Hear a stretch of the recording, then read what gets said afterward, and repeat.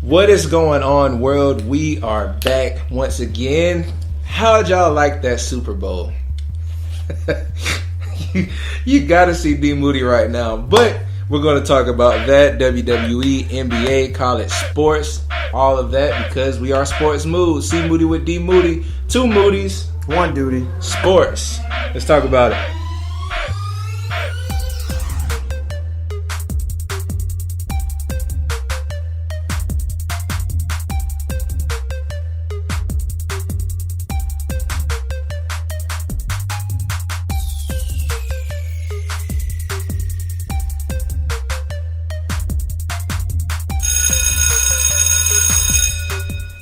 What is going on, guys? As always, it is C Moody here with D Moody, and we are Sports Moods. Two Moodies, one duty. Sports. Guys, before we get into it, as always, I just want to say we appreciate those who follow us. As of this past week, as always, we have Ashburn, Virginia. Always, week after week. Shout out to Ashburn, Virginia. Man. Just with the consistency, man, no matter what, it seems that every week, whenever I look back at the stats, it shows that Ashburn, Virginia is always there. And we actually have a new viewer this week, Bad Axe, Michigan. Bad Axe, Michigan. So, let us properly applaud you for tuning in. I hope that you found us entertaining enough to be listening to us this week and continue to follow us on ahead of that. And now, I will say this, D Moody, 100% of our viewing has been for this past week by iHeartRadio. Amazing. So, it's a good thing that we actually got onto that platform. So, thank you to iHeartRadio for accepting us, because us being such a local thing, it's not just easy to get on iHeartRadio. We actually had to request for it, and I think we had to wait a week or so before we actually got approved to be up there. So, iHeartRadio. I'm just feeling like it's a celebration, guys, because you know what? I saw the Super Bowl this Sunday, and I, just for the Super Bowl, let it soak in, D Moody. Let it soak in. Don't put your hand in your face. I mean, your face in your hand. It's all right. And this put me in a good mood.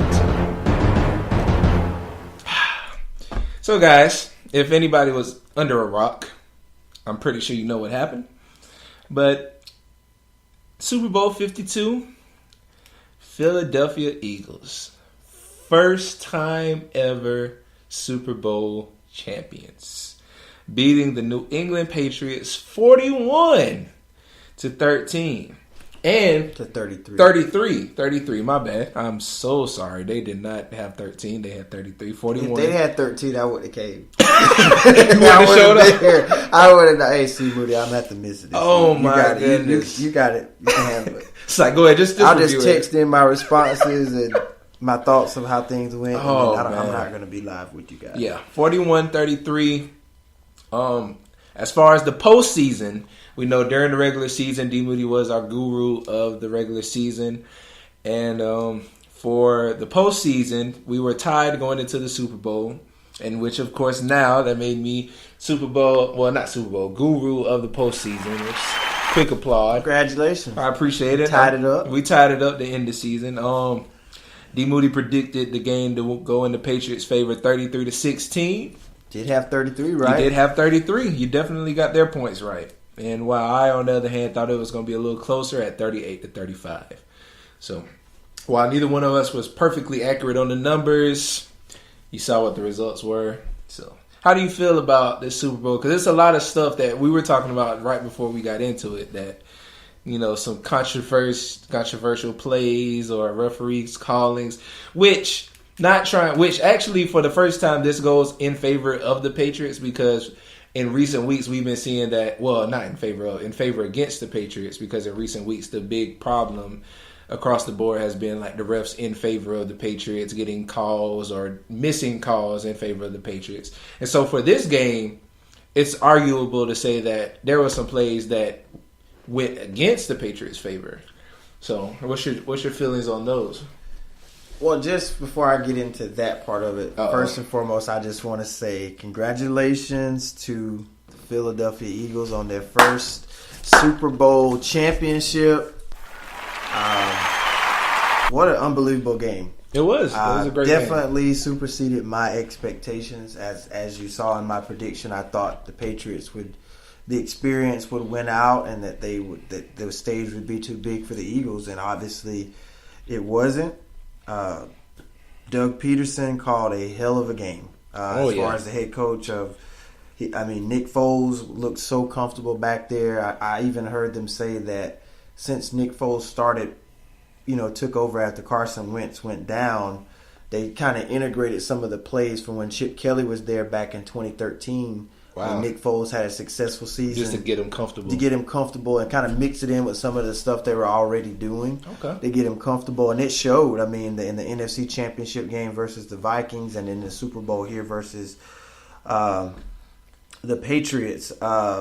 It was just like the Patriots, neither defense played well. They gave up a lot of yards. But I think it was the Super Bowl that gave up the most combined yardage in the Super Bowl era.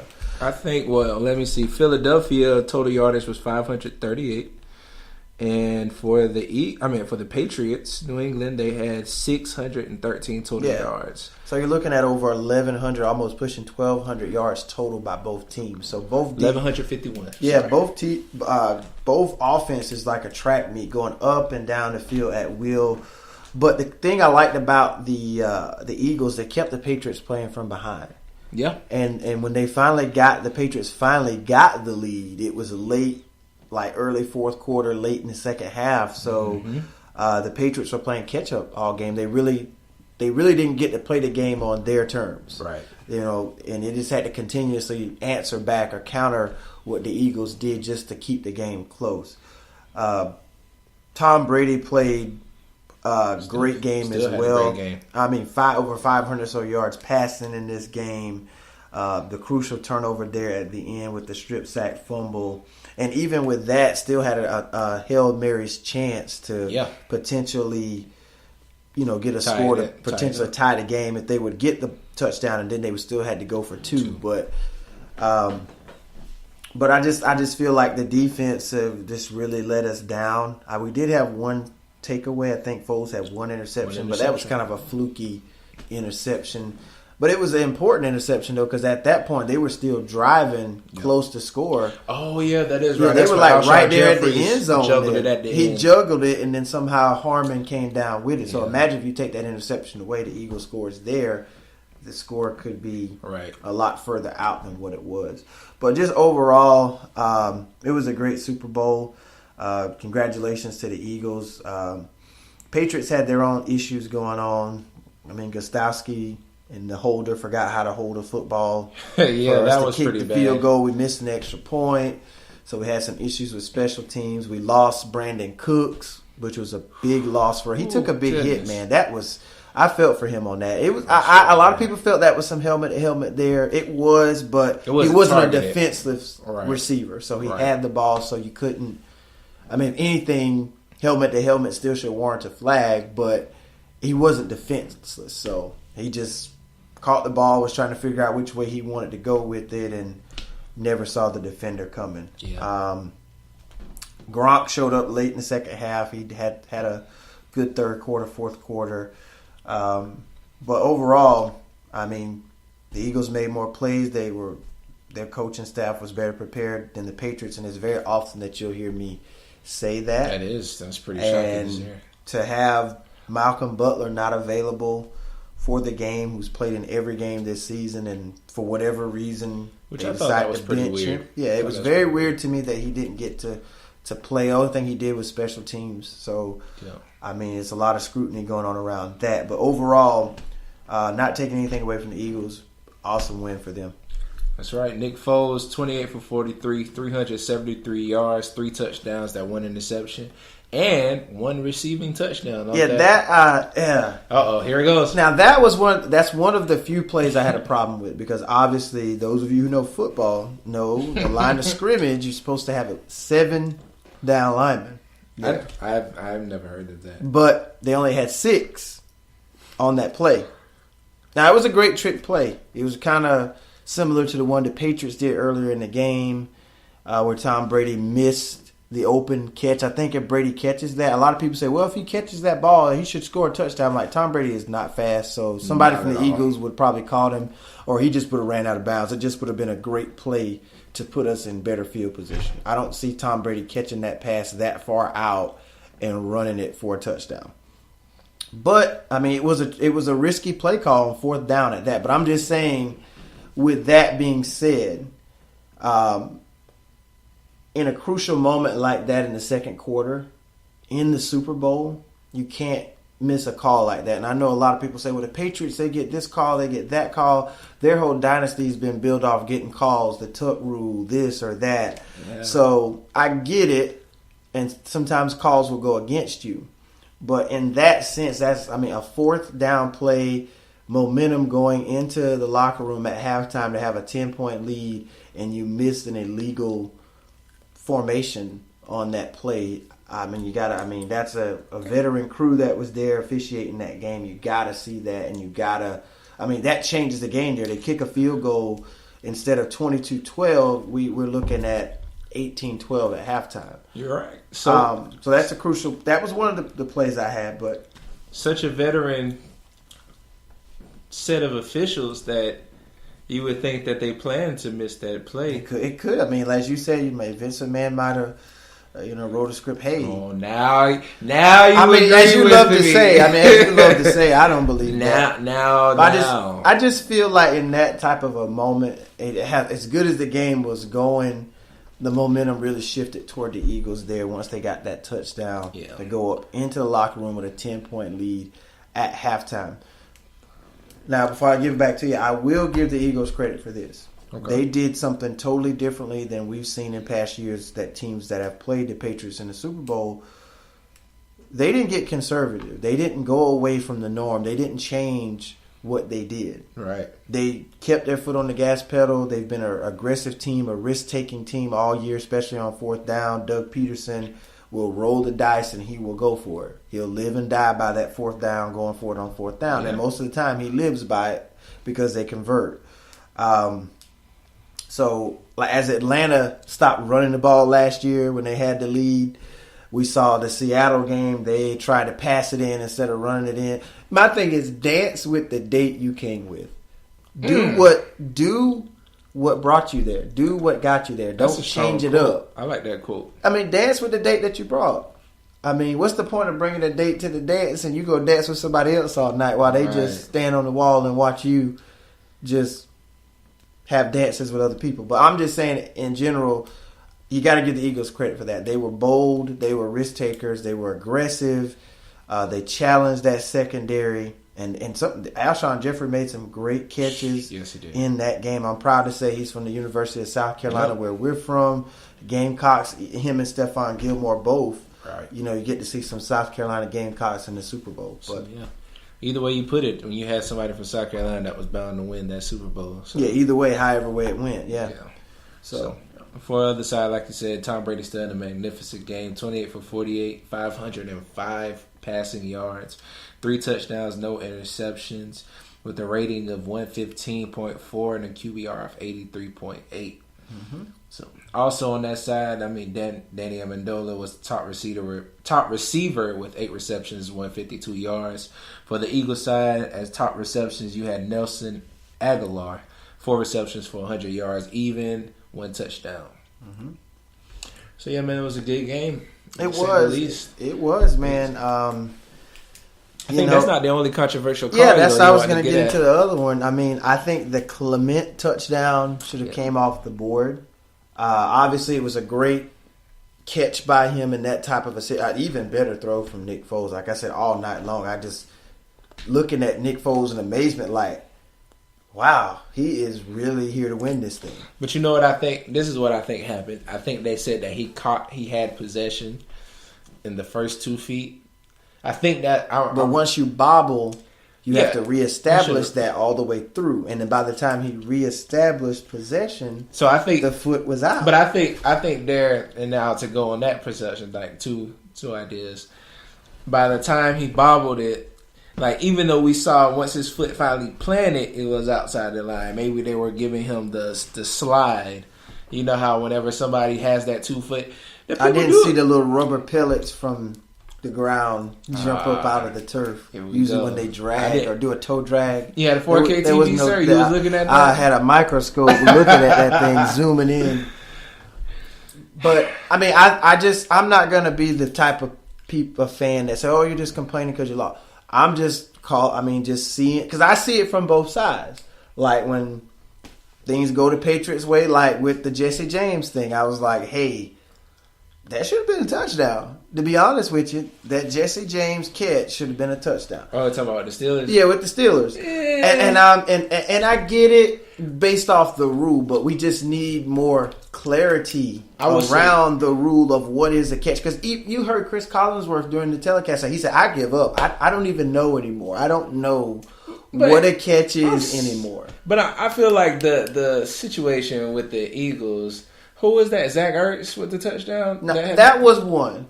It's questionable, when but it's a touchdown. When he took 3 steps, dived, but and when they he crossed questioned it? I guess they say he's a runner at that point, and they were saying that the difference between the Jesse James play and the Zach Ertz play was that Ertz was a runner. Exactly. And he's diving, but once you cross the plane, it doesn't matter what happens after that because you're in. That's why I didn't, for the life of me, I couldn't understand why the commentary sounded so confused at why it was taking so long for them to solidify whether it was a catch or it wasn't. I was like, he clearly, not only did he catch it, not only did he take the 2 steps by regulation is what's supposed to deem it a catch, took 3 steps, then dived before he actually lost the ball by the ground.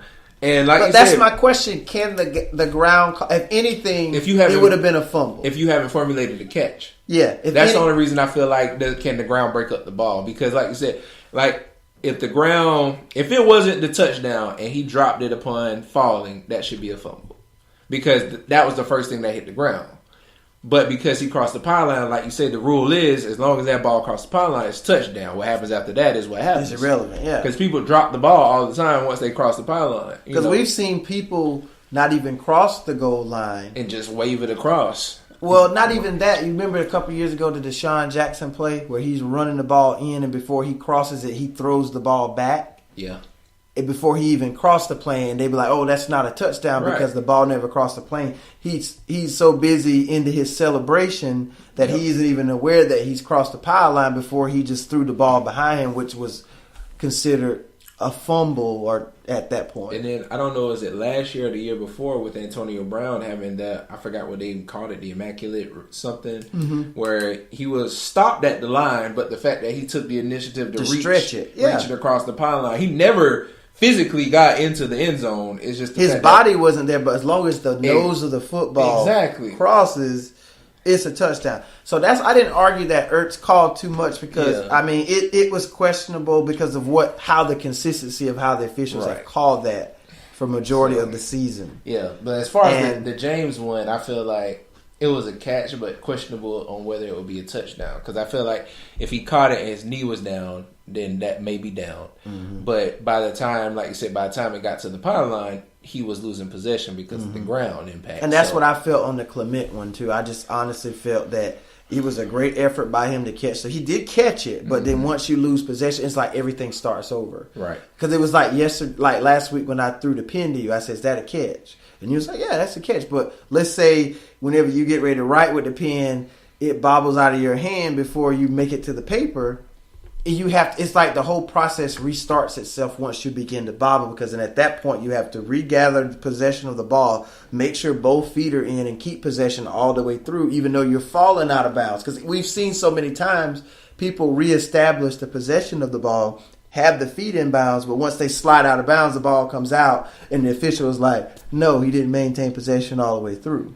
Right. But it's so many different. I still don't like your pen analogy. Forms. I just feel like it. It's like if I throw you a mint, you catch the mint, but then you take the wrapper off the mint, and then you drop the mint before it gets to your mouth. If I take the time to unwrap the wrapper, that's clearly possession. That's gathering possession. But no, I've already got possession. But let's just say you didn't cleanly execute taking the wrap, and the candy almost falls, and you got to catch the candy before it drops the ground. You got to put it in your mouth before it hits. So it's it's levels to it, pretty much. All right. You get it? It's levels to it. That's all I'm saying. I'll take it. Once you bobble, you have to reestablish, get the feet in, maintain possession once you hit the ground. Okay. And I just felt like with Clement, he that reestablished the possession, but the foot wasn't there. Yeah, now that should have been overturned. Yeah, that should have been overturned. I'll admit that. And actually, when I saw it, I was like, "That's not it." But I hope they give it to him. That's genuinely. And what I felt felt. they're gonna give it to him. I said it's too close to call. They're gonna give it to him, and which is fine. I didn't even feel like it was too close to call. Fine. I honestly felt because like when I heard Chris Collins, because Al Michaels was like, "Hey, when he got the possession," and shout out to Al Michaels. And the reason why I'm giving Al Michaels a shout out, there have been 52 Super Bowls, right? He has called and commentated 10 of them. That's a major accomplishment to be a commentator to commentate 10 or broadcast 10 Super Bowls. Yeah, that's amazing. So that's amazing for Al Michaels, one of the legendary commentators in all the sports. But the big thing is with him, even he was like, he looks like he bobbled it a little bit before he maintained possession. That foot is clearly out. Right. Yeah. And then that's what Chris Collinsworth, he was like, well, there's no way they can keep this as a touchdown. He said, because his foot is clearly out before he gains possession, and they rule it a touchdown. And Chris Collinsworth, I'm not a big fan of his when it comes to his commentary. But he was like, I give up. He was like, I give up. I don't know anymore. What is a catch anymore? So I honestly feel like the league we've had so many incidents this year with, is this a catch or did they maintain the possession? Even going all the way back to the Des Bryant catch a couple years ago, which was a touchdown. So I really honestly feel that they need to reassess this rule. Don't change the rule, but give us more clarity of it and be consistent with the calls. This week, don't say, yeah, that's a touchdown, and then you have a similar incident happen a couple weeks down the road and you call it the other way. So just be consistent on the call and on the rule. That's all I ask. That wasn't the reason why we won or we lost the Super Bowl, but I'm just saying that was a factor in it. Yeah, because it's a momentum. It's a momentum booster right there at that point. They go back up by 10 again. I agree. And another one. Okay. And I keep feeling like I'm making excuses here, and I don't want y'all to think that I'm just pointing out things that other people have pointed out to me, even people who aren't Patriot fans that pointed out to me. This is not stuff I've been digging trying to find, because it took me 2 days. I didn't even want to look at the replay of the game or anything. I just took 2 days just to pretty much. So as I'm talking with people about it, once I start opening up talking about it, they was like, well, at the end of the game, did you see where they showed on Undisputed with Shannon Sharp and Skip Bayless, Chris Hogan gets like decked on that Hail Mary pass, like for pass interference. Like they clearly clobbered him as he's running his streak for that. And then they said it could have been a possible roughing the passer penalty at the end of the game when Brady throws the Hail Mary because he's hit after he threw the ball. But no official is going to make those calls in that moment of the game to determine the game. The referees say we got to let it go. But I'm not saying that's why we lost. I'm just pointing out some of the stuff that's pointed out to me. Now, I'm not making excuses. I understand. And on that same play, what I feel is that I didn't see that two situations, but what I did see is that pull it up and show it what Gronk did before he got like towards the end zone, everybody was gathering around him for the catch. Mm-hmm. As he was running, number 41 on the Eagles, like shoves, like full blown, like just pushing a child down. I mean, he didn't fall. But he clearly pushed him, and he clearly like backed up out the way. And I feel like if we were going to call if we were going to call one foul towards the defense, it should have been offsetted by that, because even though, like you said, what was it? Chris Hogan. Mm-hmm. If he got hit. I mean, Gronk can't fully tackle somebody, but to shove somebody that's trying to just hold his position on you, that should be the same impact of a penalty. Now, the roughing the passer. Can I show you the play right quick here with Chris Hogan? If you don't mind, listen to the just showing it. Well, see, is there audio or it may just gonna let me see? They do not jam Gronkowski. Oh no! Ooh, and it's funny that they ended, because right here is where he pushes him out the way. right there. Yeah, like right at the end of that video is where he's about to push him out. I'm just the way. showing you what people are saying. It went both ways. It's a Hail Mary pass. One after the a lot's other. going to happen on that. On a Hail Mary pass, you're going to have holding. You're going to have a lot of crazy stuff. They're going to miss some of it. I was like, that's Chris blatantly out in the open. He's literally shoved Chris and it was going where it stops at is where Gronk blatantly shoves that person in the same velocity. I didn't have that in this video. I know you did. I know you did. But I get what you're saying on that. I mean, I'm not saying that's why we won or lost. I know. It's a Hail Mary pass, so I'm not making excuses. Philadelphia was a better team. They won. They beat us. Doug Peterson's game plan was better than Bill Belichick's. I was surprised Malcolm Butler didn't get to play. I'm not saying he would have made a difference, but he's one. This is the guy, Super Bowl hero from like 2-3 years ago, catches this interception on Russell Wilson. Yeah. And it's been speculated that he marijuana went to some type of concert or something that they said he went to, or something violated a team rule or something. Right.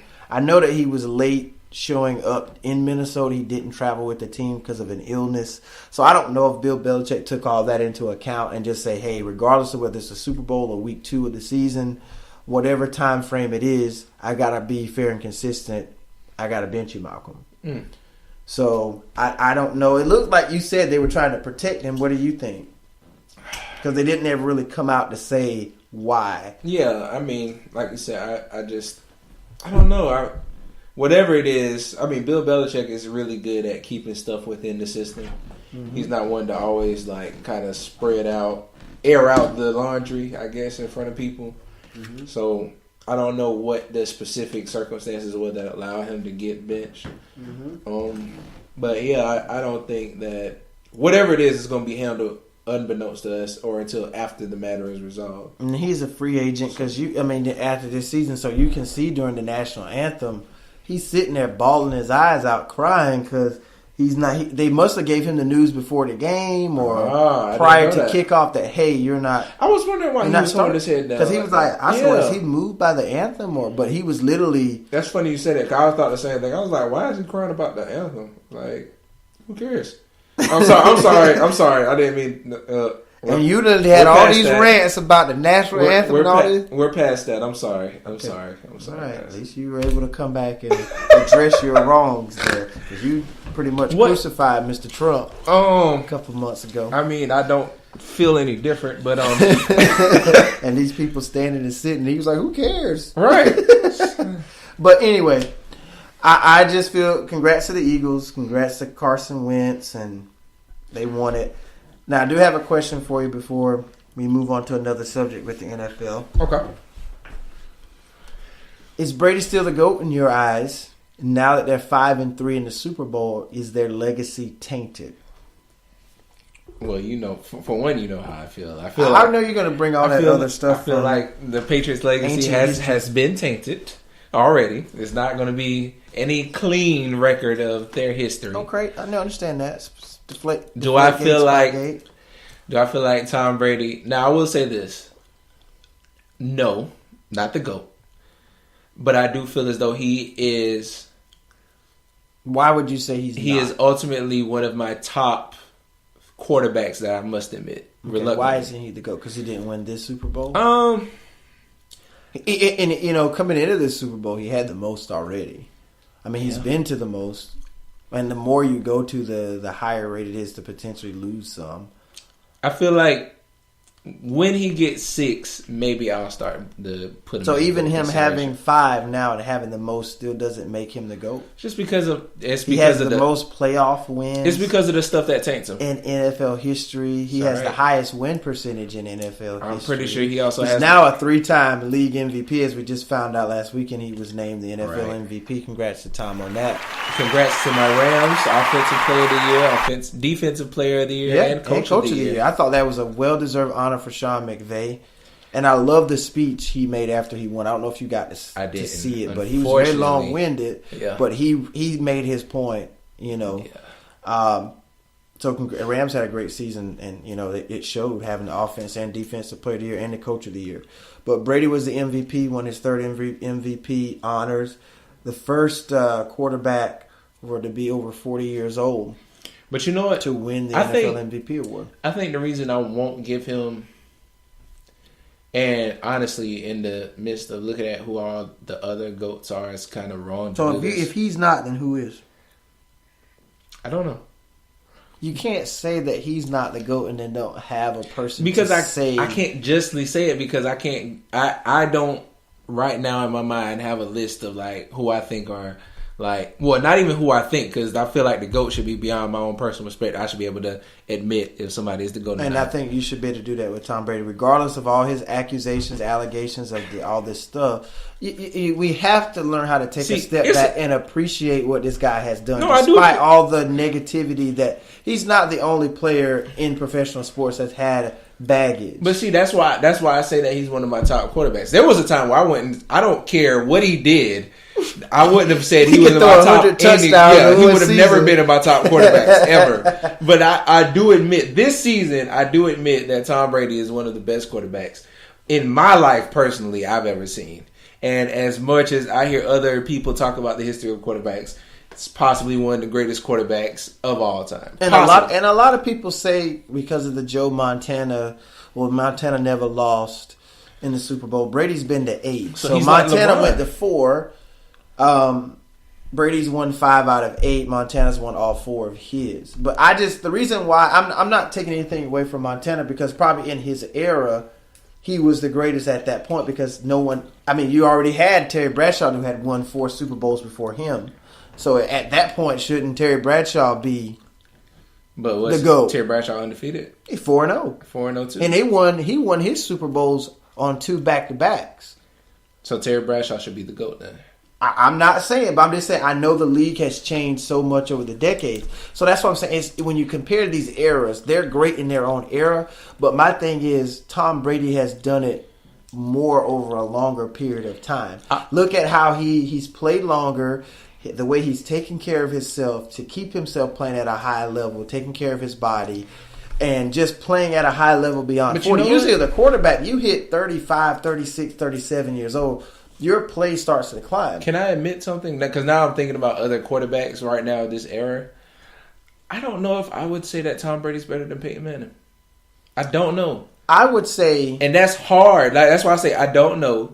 But, like, what I can think of growing up, getting into football and seeing what Peyton has done, despite the fact that Peyton only has 2 and Tom Brady has 5, but just seeing his execution year out or whatever. Like, I think the difference is because Peyton has played without to me I feel like Peyton has played with less components than Tom Brady has played. I think it's the other way around. Brady's played with less too. We've seen what Brady. Yeah, that's what I'm saying. We've seen what Brady can do when he's had an all-star receiver. Yeah, I feel like Tom Brady can play with. But who was anybody? Who knew who Julian Edelman was? Nobody. Who knew who Wes Welker was? Nobody. Like the list goes. He's won with less pretty much his entire career. Okay. We've had several people take pay cuts so that they could bring in other pieces to make this team better. Now, I'm not taking anything away from Peyton Manning. I get you. Peyton Manning, to me, and I agree with Skip Bayless, is the greatest regular season quarterback I've ever seen. The thing that knocks Peyton down a lot is a lot of his losses in the playoffs. And he has won 2 Super Bowls. And he's been to 3. No, he's been to 4. And won 2, lost 2. Mm-hmm. For one, the Seattle loss. The way they lost that game going up against that defense. And then Tom Brady comes back 2 years later to play that same defense and beat them against the Legion of Boom. That has to say something. Peyton lost that Super Bowl 43-8 with arguably one of the best offenses in NFL history. That year was the year I think he came back. Well, one of the years he came back from the neck surgery and came back through 55 touchdowns. Had a remarkable season, and then got to the Super Bowl and they just laid an egg from the first snap of the game. And then also I think of him in that Super Bowl against the Saints, that pick 6 that he threw. They were in the lead. They were in control. I think they should have won that game, but the Saints found a way to win it. And the second half of that game, the Saints were the better team because who would come out of the locker room at halftime and do a onside kick to start the second half and the Saints. And I think that changed the whole tide of that game. But not taking anything away from Peyton, he's awesome. He holds a lot of the records, MVP awards, the statistics that go along with it. He's a really good statistical quarterback, but I think I'll give him that. He's a better statistical quarterback than Tom Brady. But when it comes to the clutch factor, if you were to nail me to the wall and say you got to choose one of these quarterbacks to win you a championship, I'm going to go with Tom Brady just for the fact of, now I know Bill Belichick is a testament to some of Brady's success, so you got to give Bill some credit on that. It's not all Tom. So I think if you take Tom and put him somewhere else, he doesn't have the success that he has with the Patriots. That's really what I think I mean between the two, because, I mean, Peyton Manning, even though, I mean, I love Tony Dungy to death, I feel like he's a magnificent coach, but I wouldn't, if I was trying to argue for the greatest coach of all time, I wouldn't think Tony Dungy. No, in all respects. But I would think Bill Belichick. So like that might be more so than how I feel about actual components, because Bill Belichick makes a system look greater than what it is. And what it is in time. Because like you said, nobody. My bad, I didn't. No, you good. You good. Nobody said about Wes Welker, like how you said Welker, Edelman, but with that Belichick core, all of them felt like they were just key elements. Yeah, and then even with Deion Branch, I mean, he won a Super Bowl MVP.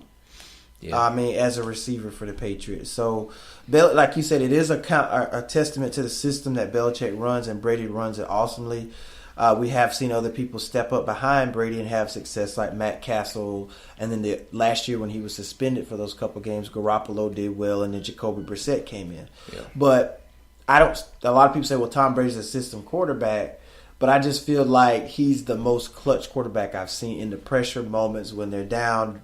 You know, a lot of people had that fear. I guarantee you, watching this game on Sunday, the Super Bowl, when he got that ball with like a minute or so to go, I bet you most of America was like, oh, I done seen this story. I'll be honest with you. They left too much time. It's Tom Brady.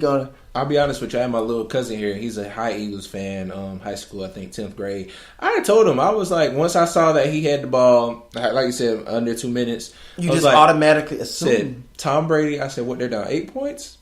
They're going to overtime. That's initially what I said. I was like, look, man, I hope the Eagles get it, but it looks like they're going to overtime because Tom Brady's going to get downfield and they're going to execute a 2-point conversion. So, I mean, and I guess that's subliminally showing that how I do respect the Patriots enough, to say that, like you say, in that moment. And they were going for their 6th Super Bowl in 18 years. Yeah.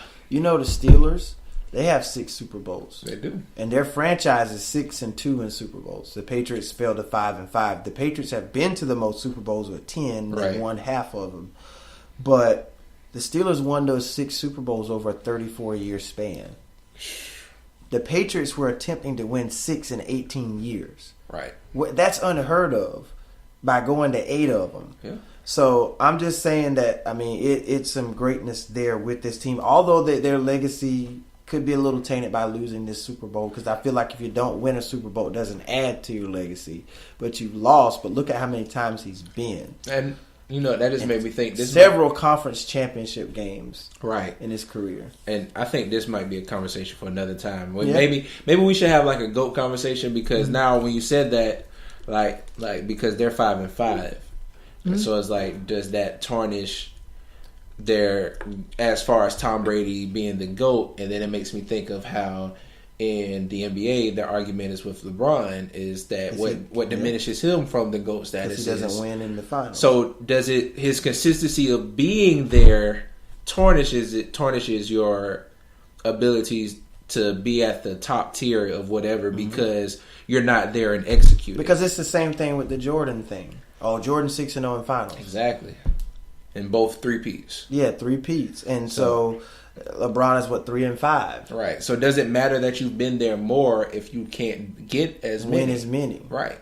But the flip side with LeBron and Brady is that LeBron's 3-5. Yeah, Brady's 5-5. He's 5-3. 5-3. But the franchise is 5-5. Right. They lost 2 before they got there, and he's won all 5 with that team. He's the only player besides I forget the defensive player name, but he played for the Cowboys and the 49ers. He has 5 rings too. I can't think of his name right now. But I mean, he won it with 2 different teams. But Brady has 5-3 overall. But that could be a conversation for another time. I just wanted to see how you felt on that issue. And since we're on the conversation with Brady, we're talking about the best quarterbacks. You don't have to answer this now. I was just writing it down as I was thinking of, and it could change at another time.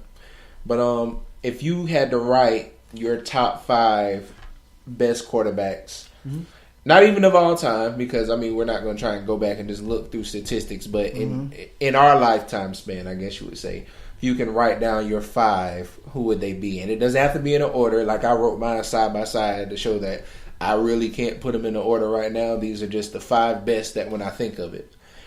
And I actually could add in somebody else, but I'm going to stick with the 5 that I first thought of. So just to keep in mind, but just do that whenever you get a chance. But while we're on the concept of the Patriots Super Bowl talks, what was supposed to happen during the offseason was offensive coordinator Josh McDaniels was supposed to become the Colts' new head coach. And as of, was this today or yesterday? Yesterday. As of yesterday, Josh McDaniels backed out of the head coaching position.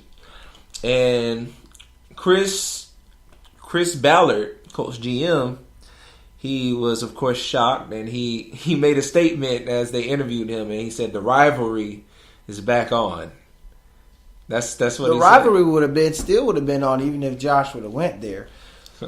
But my takes of this, Josh McDaniels he was a head coach before with Denver, and he was an offensive coordinator for the Rams for a little while. Yep. It wasn't the same when he was with the Rams as it was when he was with the Patriots. And then when he was a head coach in Denver, his record was 11-17. Now I know he's done some great things with Tom Brady. He's won Super Bowls.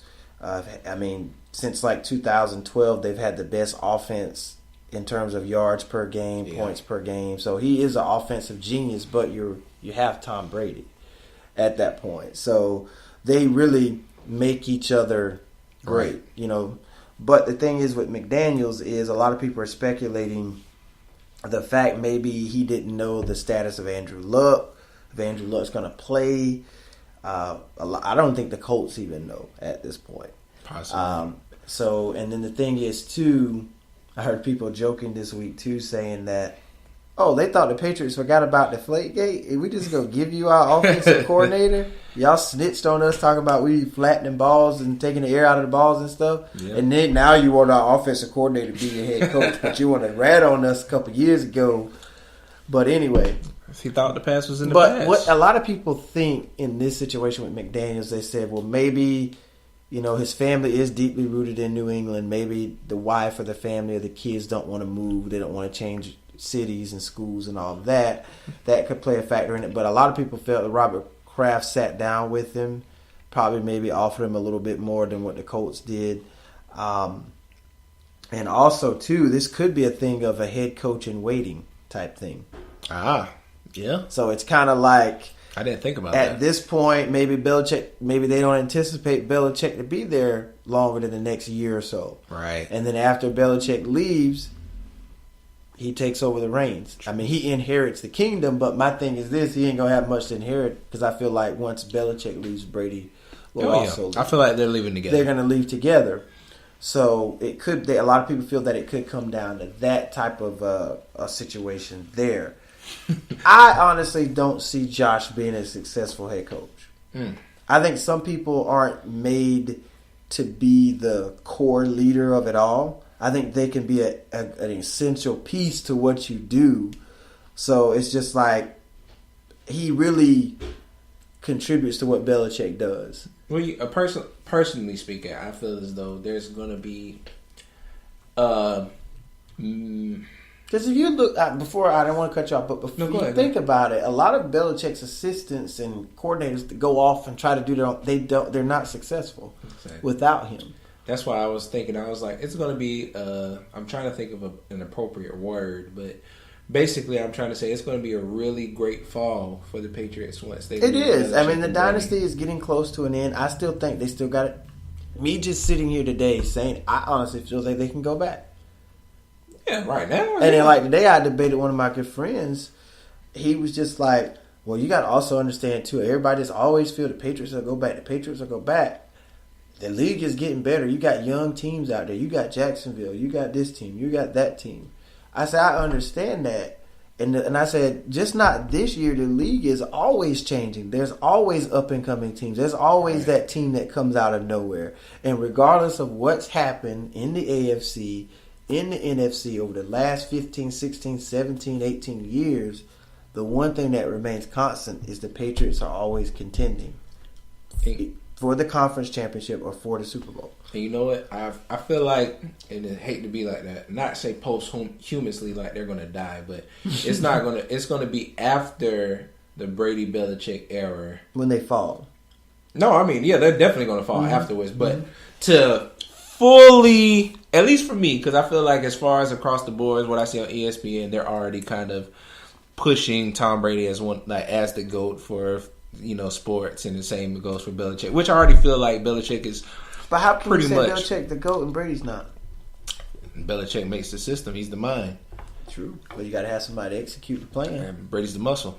Okay, the muscle has to move by the mind. His strongest muscle, though. I know, but the mind has to move the muscle. That's a strong muscle, though. Like you said, that Brady goes strong, somewhere else, boy. he's not going to be as successful. That muscle's strong, it is, boy. It is. I'll let you know now. It's strong. Right. It's like sandpaper and sandpaper. Both of them got an edge to them. I mean, yeah.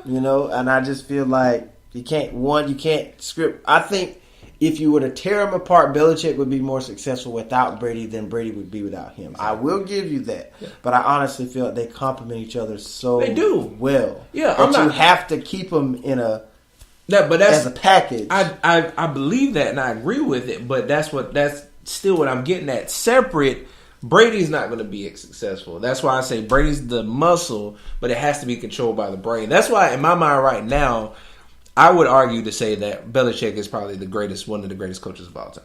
I will say that for Belichick before I say that about Brady being the best quarterback. I'd say both are the GOATs and they're respected.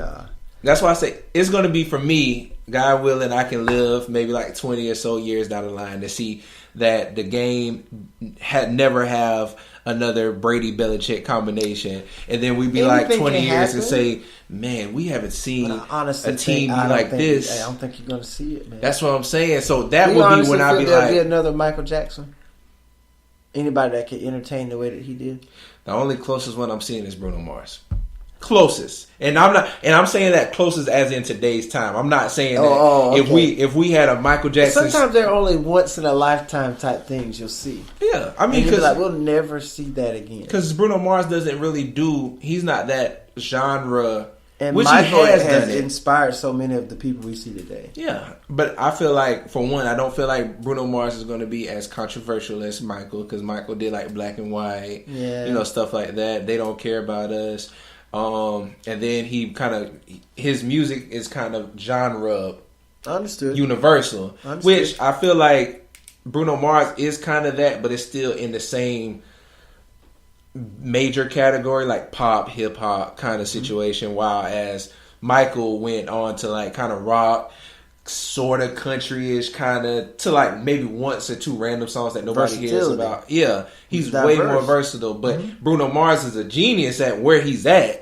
But I feel like because Michael has you just explained my point for me. Yeah, because the Patriots, how Tom Brady and Bill Belichick has been able to adapt. Yeah, the different coaching staffs. That's your different genres of music you just explained. Right. The different personnel that they've had. Right. The no-name people that have come in and we've made to look great. Right. I mean, thanks to Bill Belichick. Bill Belichick, and Brady still has to play with this unit. You're right. He still has to go out there and be the maestro of this orchestra. Right. Like Belichick compile the orchestra, but Brady has to direct the traffic. But if there's an orchestra and there's one like key, like if there's the greatest saxophonist and they put him in the orchestra, they're going to compose the music to complement the saxophone, and that's what the Patriots are doing. Bill Belichick is the composer that is making the music to complement the saxophone. Take that saxophone out. What does it sound like? Bill Belichick sounds good. Bill Belichick is still going to make a good symphony. Mm-hmm. But if you take Bill Belichick away from the composer, it's going to be chaos. It's going to be more chaos without it. So that's why I'm focused. I respect Bill Belichick. I respect your opinion on it. I appreciate it. I do. I respect it. But I just feel both of them are the GOATs. I respect that. But McDaniels says he's going to stay. And I just honestly feel that maybe it could be a head coaching waiting type thing. I hope so. I actually do. I don't.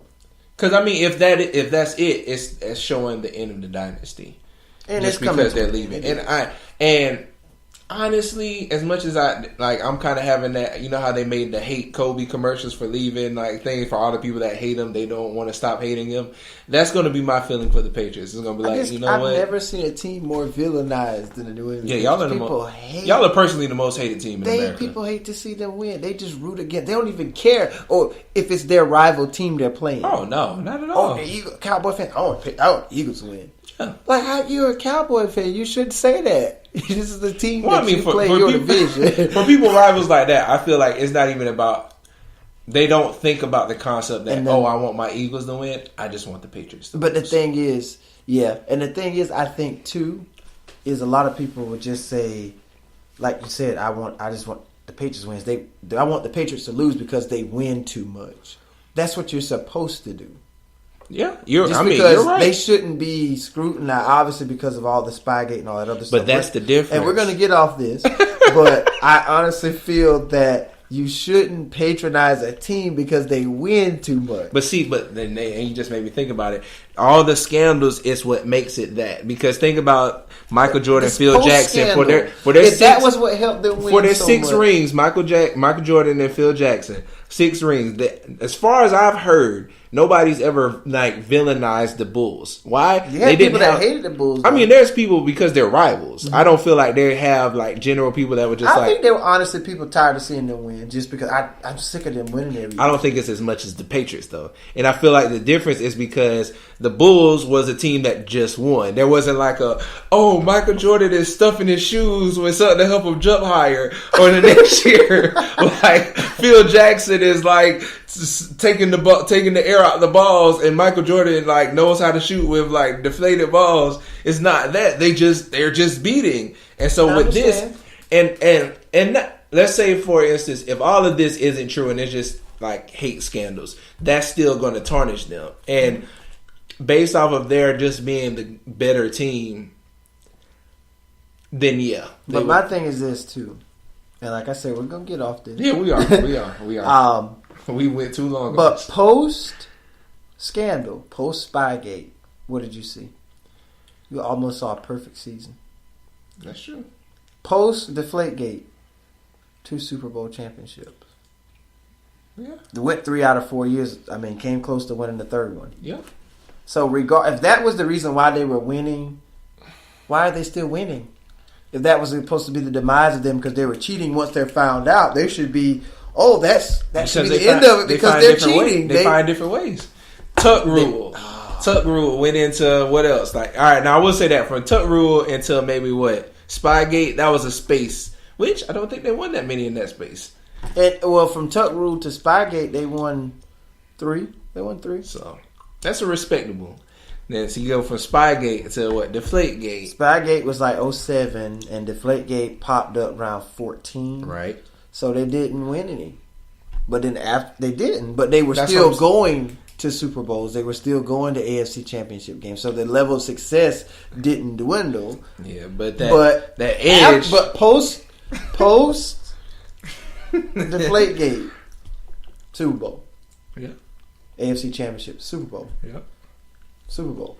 And now we got the ref scandal. Here we go. Anyway, but Josh McDaniels will not be the Indianapolis Colts head coach. Yep. He decides to stay in New England to be the offensive coordinator. Kind of walked them down the aisle, got to the altar, and just kind of left them. Disrespectful. Left them there. I'm going back to my ex. I don't forgot the sources I saw this from, and they said Chris Ballard does have some connections with Kansas City, so they feel like he possibly will be trying to talk to them to see if they're giving up anybody.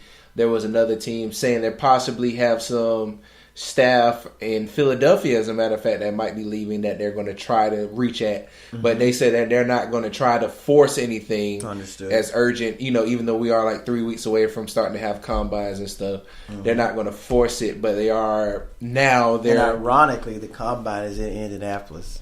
Oh my goodness! So Josh McDaniels has to go there to try to scout them. Right. So now he's scouting for everything. But my thing is, too, also we learned that Patriots defensive coordinator, Matt Patricia, is now the new head coach of the Detroit Lions. Oh, I'm excited about that. Matt Stafford, man. He went to the $1 million Matthew. That's right. Patricia, I don't know if you made the right decision. Hey. You might be able to revitalize that defense, but I don't know what Matthew will do for you. Hey, look. He might throw some interceptions and put y'all in some tough situations. Hey. Bad field position. So listen, Money Matt. He called Money Matt. Money Matt. That's going to be, since you've been calling $1 million. Matt, down on the mat. Down on the mat. Matthew Stafford. Anyway, and the Lion Cubs, the Lion Guard. I think we've wrapped up. Yeah. That's what we got for NFL. It was an amazing season. Congrats to the Philadelphia Eagles once again. So shout outs to 2017, 2018. Nick Foles, Super Bowl MVP, went to Disney World. Now, we'll probably talk about this on a later time frame, just for the sake of time. Quarterback controversy in Philly. Yeah, what are we going to do next year with Carson Wentz? Are they going to be willing to just throw Carson Wentz back at the forefront? Or because since Nick Foles did continue their journey and actually get them their ring that they're looking for, are they going to hold on to him at the front for? So we got to see what Philly's going to do in the offseason. Will they trade Foles? Will Foles stay as a backup? Will Wentz? Or will Foles retire? There was a time that he was thinking. Speaking of retiring, Gronk's debating that now. Really? Yeah, they asked him after the game. They were like, "Hey, or you think you come back?" And he kind of didn't really have an answer for it. I wasn't expecting. He's had a lot of injuries though. Okay. He's played for 8 years, and he's had his share. He has been hurt a lot. So maybe he needs to think long term about his career. He has 2 Super Bowls. We're going to see Gronk come to the WWE. And a lot of people were saying that they can see him and Mo. His best one is good friends, Mojo Rawley. So that's what I was thinking about his Super Bowl when he came. I mean, not Super Bowl, WrestleMania when he came in to help Mojo. And they actually, and like I keep saying, we're gonna get off this. Yeah, but we really got to. There was a tweet from Jinder Mahal after they lost the Super Bowl directly I for saw Gronk. I saw that tweet, throwing shade after Gronk lost the Super Bowl. Look at him already setting up a storyline. Yeah, I said, look at Jinder. Like he sent out a tweet. I didn't remember exactly what it was, but it was something about being gendered or hindered. Hindered or something like that. That's what happens when you're hindered or something. Yeah, when you hinder the Maharaj or something like that. Yeah, so it's like fate played in his hands, and him losing, which is hilarious. So I feel like now if Mahal happens to somehow get a WrestleMania match, Gronk has to come back. He has to come back. That may be something they can revisit down the road for sure. Yeah. So for the NFL, we are officially done with the NFL this season until draft time. Maybe we'll do some coverage on that around April and maybe talk a little combine. Definitely. And kind of see what it looks like. But as far as NFL coverage, it was fun doing the Guru every week to see how many people, how many we could get right versus each other. So I took the regular season, you took the postseason. So definitely looking forward to doing it again next year, and with our predictions and everything like that. So I hope you guys enjoyed our NFL coverage this year for Sports Moods. That's right. So we're gonna get to dive into some other sports, college basketball. We're also going to talk about some WWE action, SmackDown Live, Monday Night Raw, and also talk about some NBA things as well. So, C Moody, D Moody, Sports Moves, 2 Moodies, 1 Duty, Sports. We'll be right back, guys. Right back, guys.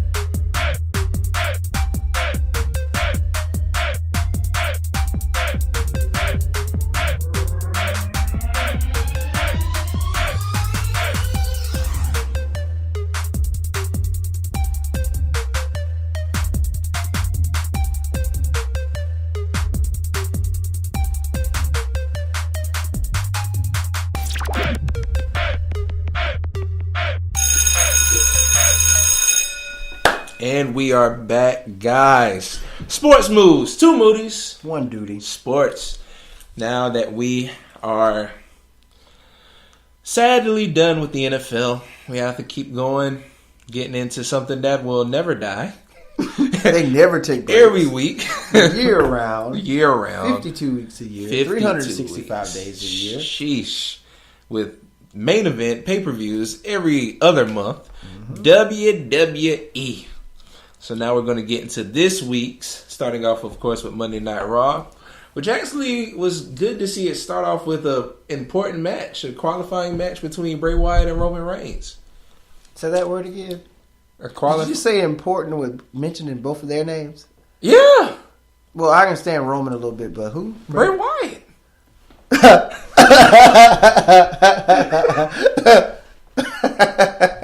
I wish you guys could have seen how he stared at me before he started this laughing.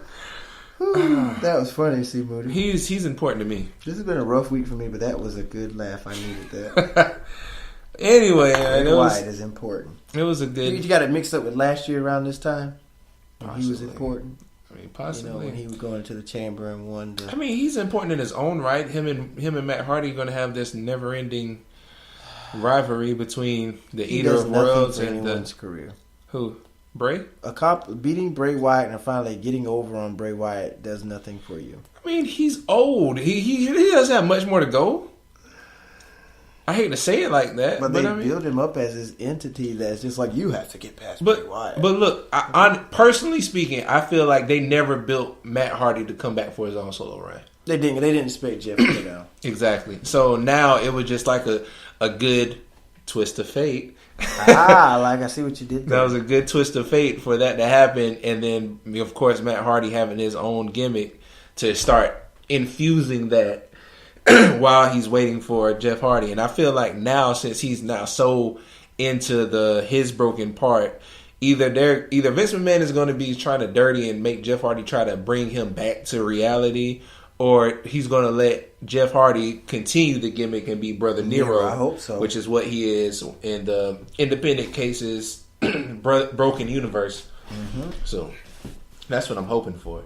But, in that match, of course, Roman Reigns finally wins. I mean, it was some good near falls, though. It was. I mean, Bray Wyatt hit the Sister Abigail, and Roman kicked out. They have some good chemistry together. But Roman finally wins. I didn't like how it ended. Like, the ending was the most scripted part of the whole thing, because Roman's been kind of winning in that manner for in the last course of months, where somebody misses, like he shoots under a clothesline, both go off the ring, spear.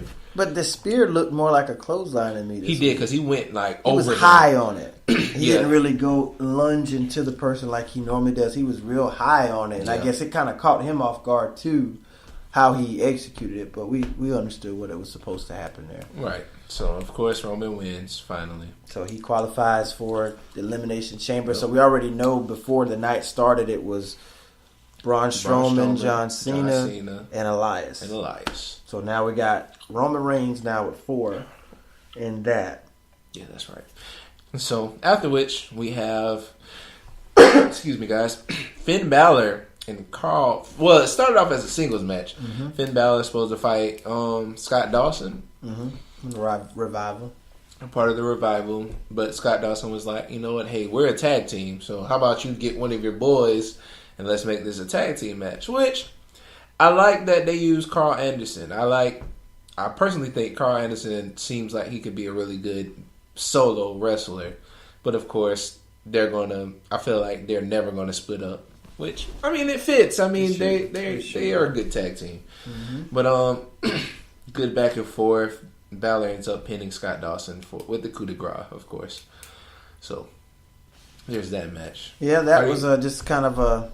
They've been kind of burying the revival here as of late, and I don't know. Maybe they got to keep burying them until they can build them up. But I understand they had some injuries earlier parts when they first came into the WWE. Right. They set them back a little bit, but I thought they would really bring them up from NXT as the next team to beat. Right. And I would want them to start building them up to make them look strong. But right now, it's just kind of they're on the low end of things right now. Yeah. and they're really good talent together. Like you said, I know you said you didn't really follow NXT as much, but when if you ever watched them down there, they were really dominant in NXT, and I thought it would follow them up to the main roster, but it hasn't so far. Yeah. So what was the next match? The next match was cruiserweight action. We haven't seen cruiserweight action in a while. I hadn't missed it either. Every time they come on, that's my break. Come on, I'll turn when football was going on, Monday Night Football, or if there's a big NBA game on or that's something when else. you would turn. That's my turn. That's but my I mean, bathroom cruiserweight break. for me is close to me seeing NXT on Raw, only because they're faster. It's a faster pace. Their striking is a little bit more believable to me, and a lot of times, like I never really see what's the word I'm looking for? A botch. I don't see as many botches on cruiserweights than I do like main roster matches. So I like them. It feels a little bit more real and more exciting to watch. But it was Cedric Alexander, Mustafa Ali versus Drew Gulak and Tony Nese. Of course, now Tony Nese and Drew Gulak used to be a part of the Zoe Train. But because of no train, there's no train. Sexual allegations of sexual abuse or whatever else it is. I haven't heard anything more about it. I haven't seen much either about it. But yeah, that immediately terminated Enzo Amore, who was the current reigning cruiserweight champion, and now they have to have a cruiserweight tournament to get the new cruiserweight championship. And is it going to end at WrestleMania or was it Elimination Chamber? I'm not sure. I haven't really invested a lot of time in it, C. Moody. Oh, me neither. I guess the cruiserweights, Who cares? But there is the new GM for the cruiserweights. I forgot his name. I know he has a foreign accent. Yeah, because he came from New Japan. I think that's where he came from. I'm not sure what his name is. I glimpsed him on TV, but I think it was, how the TV screen does when you get ready to change the channel and it kind of sits there for like a split second. And I caught his face and then the channel just changed. I totally forgot his name. I forgot what his new gimmick name is now. It's Dave something. I don't know. Because I follow this. Of course, the people I follow on YouTube, Wrestle Talk TV, they talk about his name now. Like they feel like it's a I'll see if I can smooth criminal type name he has now. But that's the new GM. He made that little rule, so they're trying to make some new things to make 205 Live interesting. Which I would feel like I would rather watch NXT. But while D Moody is looking up for that, Kurt Angle announces all of the components for the Elimination Chamber's Women's Championship match, where Alexa Bliss will have to defend her title in the Elimination Chamber. Drake Maverick. That's his name, because the dude's on Wrestle Talk TV. Ollie Davis, he goes Impact Wrestling. Drake Maverick. Rockstar Spud. That's why I said New Japan. I'm sorry. Okay. Because that sounds like Japan. Rockstar Spud. But yeah, from Impact Wrestling, Rockstar Spud is now Drake Maverick for the 205 GM. So, Kurt Angle announces that Bayley, Sasha Banks, Mickie James, Sonya Deville, and Mandy Rose will compete against Alexa Bliss in the first Women's Elimination Chamber match. And why Nia Jax isn't it? Because she is going to fight the Empress of Tomorrow, Asuka, at the Elimination Chamber. Which... Hot question. Okay. Excuse me. How do you feel about the competitors in the chamber? But it's pretty much Sasha, Bayley, Mickie, and Absolution. And Bliss. Yeah. What do you think about it? Well, I heard that Alicia Fox is hurt. I was wondering where she was. Because they said as they were preparing for the Royal Rumble, she broke a bone. I don't know if she broke a bone, but she bruised a bone during the practice for that. So that's why she's not there. So I'm guessing she's still out with injury. And besides the people we see, I don't know anybody else in the women's roster for Raw, unless they were going to bring up somebody from NXT, which I feel like I would have liked to see Ember Moon come up. Yeah, I'm ready for her to come up too as well. Yeah, I'm getting They ready. usually for tend that. to bring people up after WrestleMania. Yeah, after WrestleMania, Yeah, we'll they'll probably see see everybody. somebody pop up out of the blue. But I just wanted to see how you felt about it, about the competitors in there. Obviously, the newcomers, Mandy Rose, Sonya Deville, and then you got Bayley, Sasha going at it.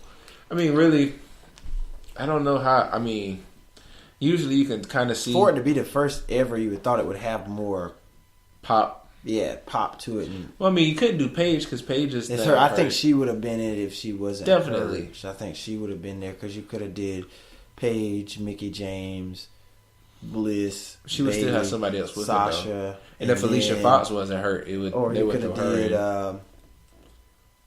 Well, she's not there anymore. I would say you could, but she's fired. So Who? Emma. yeah, I miss Emma. and Emma was gaining traction before they fired her too. Only because they let her have a great match with Asuka when it should have been a immediate squash match. Yes, as bad as they built her before that. Mm-hmm. So, but yeah. So and then what I liked is that how Alexa Bliss came up to confront. I bet you were smiling from ear to ear when she said what she said. Yeah, she was like, "So why do I have to do it?" And Brock Lesnar doesn't have to defend his title.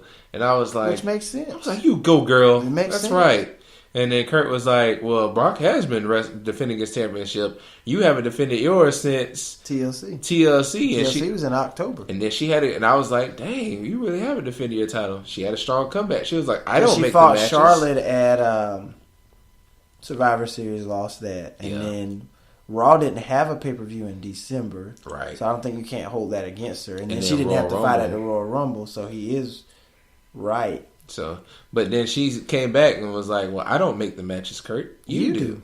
There you go. And so she I was, thought he was gonna be like, "Well, you know what? Tonight, That's what he should've love did. to go to that. You're gonna defend." I thought he was going to make her like wrestle and say like, if you lose, then you have to defend, but if you win, you can get out of it. But yeah, I like how she went as far as to be like, I think you're sexist, Kurt. I like that. I like how she did He that. was just like, well, you know what? It's not up. I'm not going to let it be up to me. I'm going to let the WWE Universe decide. Like, do you want her to defend her title? Yes, yes, yeah, yes, yeah. She just kind of just walked out like with the tail. And I feel like she could have went a little further and be like, well, Kurt, you're the general manager. Like, you make the rules. Are you telling me you're not man enough to make a decision and stand up for yourself? Yeah, she should have pushed him a little bit more. Right. And usually people are able to manipulate Kurt Angle. Mm-hmm. We've seen The Miz do it a lot. We've seen Jason Jordan do it all the time. So I thought, she'd be able to sway him to like, okay, all right, you're right. I thought about it. You know what? We're going to change it this way. But he stuck his ground. He stuck to his ground on that. But she did have valid points with Brock. Yeah. So, and after we saw that Bayley was getting ready to fight Asuka that night, and she got in the locker room with Sasha Banks, who kept watching her match that she lost to with Asuka. I think which that's was a how I'm good going to do match. the Super Bowl with the Patriots. Just sit here. It wasn't a touchdown. No, it wasn't. I know it wasn't. I'm sure. Look at that foot right there. It's out.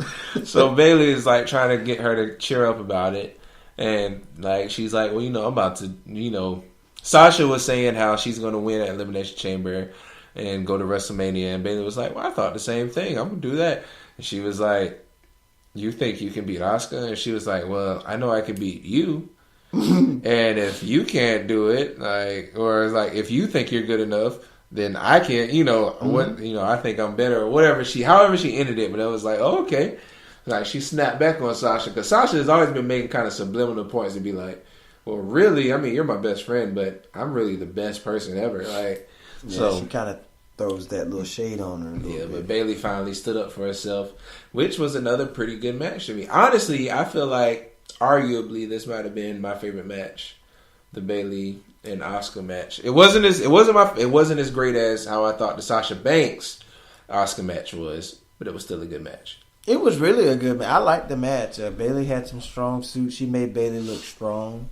She took some suplexes. Bayley took some kicks and stuff. She put a Bayley to belly on her. Yeah. Is it called Bayley to belly or belly to Bayley or something like that? Bayley to belly. And then she got that and she kicked out of that. But I like Asuka's ability to win with different moves. Yeah. Like she'll do the arm bar sometimes. Sometimes she'll do the Asuka lock. she doesn't have to rely on the same finisher all the time. Right. She can switch up. Yeah, she switches it up. And I like how I don't think she has like a significant pinning finisher. Like so far, all of her wins have been submission. She always makes you tap out. So I like that. That's something new. Like most any other matches are always going to result in some kind of pinfall. And she's able to take the other person's finisher, also sell it well, and make you're on the edge of your seat like, oh, is she gonna beat her? And it's just like she kicks out. Yeah. So, no, I mean, it looks like no one is ready for Asuka. No one's ready for Asuka yet. And I'm ready for this Nia Jax showdown with her, though. But do they let Nia beat her? We'll save that for another day. I just don't see it, but I don't see it either. Because it's like you got to build her up going into the Mania. You're not gonna let her lose her streak and then go to WrestleMania after try to win the belt. No. But I know Kurt put the little twist on it. If Nia wins, she gets inserted into the match. So maybe she wins off of disqualification. No, you can't. Wins by count out. You can't let it win that way. But why not? But then she could say, "Kurt, you didn't say how I had to win it." Exactly. Now we have what WWE always likes: a triple threat championship match at the grandest stage of hold them us for the next 5 years in 2017. We have triple and threat, it looks like they're only getting fatal started. Fatal 4-way, fatal 5-way, 6-pack challenge, 6-woman tag, 6-man tag. The multi-person matches, I'm just... And you know what Stephanie McMahon said at Raw 25? We're only getting started. I did remember her saying that. So that's what's going on with the women's division. The Miz comes up and has a promo about not only is he the Intercontinental Champion, the greatest Intercontinental Champion, he's going to win the Elimination Chamber by beating Apollo Crews in this qualifier that he's about to get into. Not only will he beat the qualifier, he will beat the Elimination Chamber, then he'll go to WrestleMania and beat Brock Lesnar to become the first Intercontinental and Universal Champion. Oh, it's true. So that's how I felt with that build-up. So. Oh, it's not going to happen at all. And then he would say his daughter will be able to, his baby will be born around that time. Right. Be able to. That baby ain't gonna know. No, she's not gonna remember any of it, man. Unless you take a picture with her like in the ring afterwards. But yeah, but you know what? It's not gonna happen. He's gonna have to worry about that. No, but you know what? I'll tell you this once we get to the end because we got to talk about what's going to happen for next week. Though. But I have a major spoiler, which I feel like is going to happen. Oh, so okay, I'll tell you. But here we go. We go into the qualifier match with Apollo Crews. They're starting to actually allow Apollo Crews to start having a better look on himself. I mean, they still aren't pushing him at all whatsoever. But they're putting him in important situations. Exactly. So, and it's allowing him to do a little bit more, which I really like. So, I still don't feel like this is going to lead him towards anything up to WrestleMania. He might be in a kickoff match at best. I just feel like right now he's filler. Yeah, that's it. Because there's no Samoa Joe. Because I think Samoa Joe would still be in the midst of all this. Oh yeah, Elimination Chamber qualifying. I think he would. He would have been in the Elimination Chamber. Mm-hmm. The Miz would not have been in there. No, they wouldn't have put. If they would have, they wouldn't have put. They would have made this match like Miz versus Samoa, but Samoa would have won hands down. Mm-hmm. But so yeah, that's that. I mean, of course he wins. He gets the Skull Crusher finale by pushing Crews on the ropes. And he won it clean. Yeah, he won it clean. He didn't have. I mean, he still cheated, but not cheated, but he just took advantage of an error. But. Like since he's been back and most of his career, he's always either needed help or find some kind of, even back during the days of Alex Riley when he had him. Yeah. They would find a way. But he won this one pretty much just off Alex Riley. Off the mistake. Alex Riley was that dude. But I like when he turned on the Miz. Yeah. That was a big moment. The Miz brought some really dope people over, like Alex Riley, but John Cena buried Alex Riley because they can't have two buzz cut wearing super swole white guys being good guys. Somebody made a joke on that a couple. I think so. I think that's why I remember seeing somebody saying something about that. Forgot what it was. And then they had Damian Sandow, which I feel like was one of the most charismatic people in a long time they've had. And they were just using him as a backup, but he was still hilarious. Mm-hmm. So, but there's that.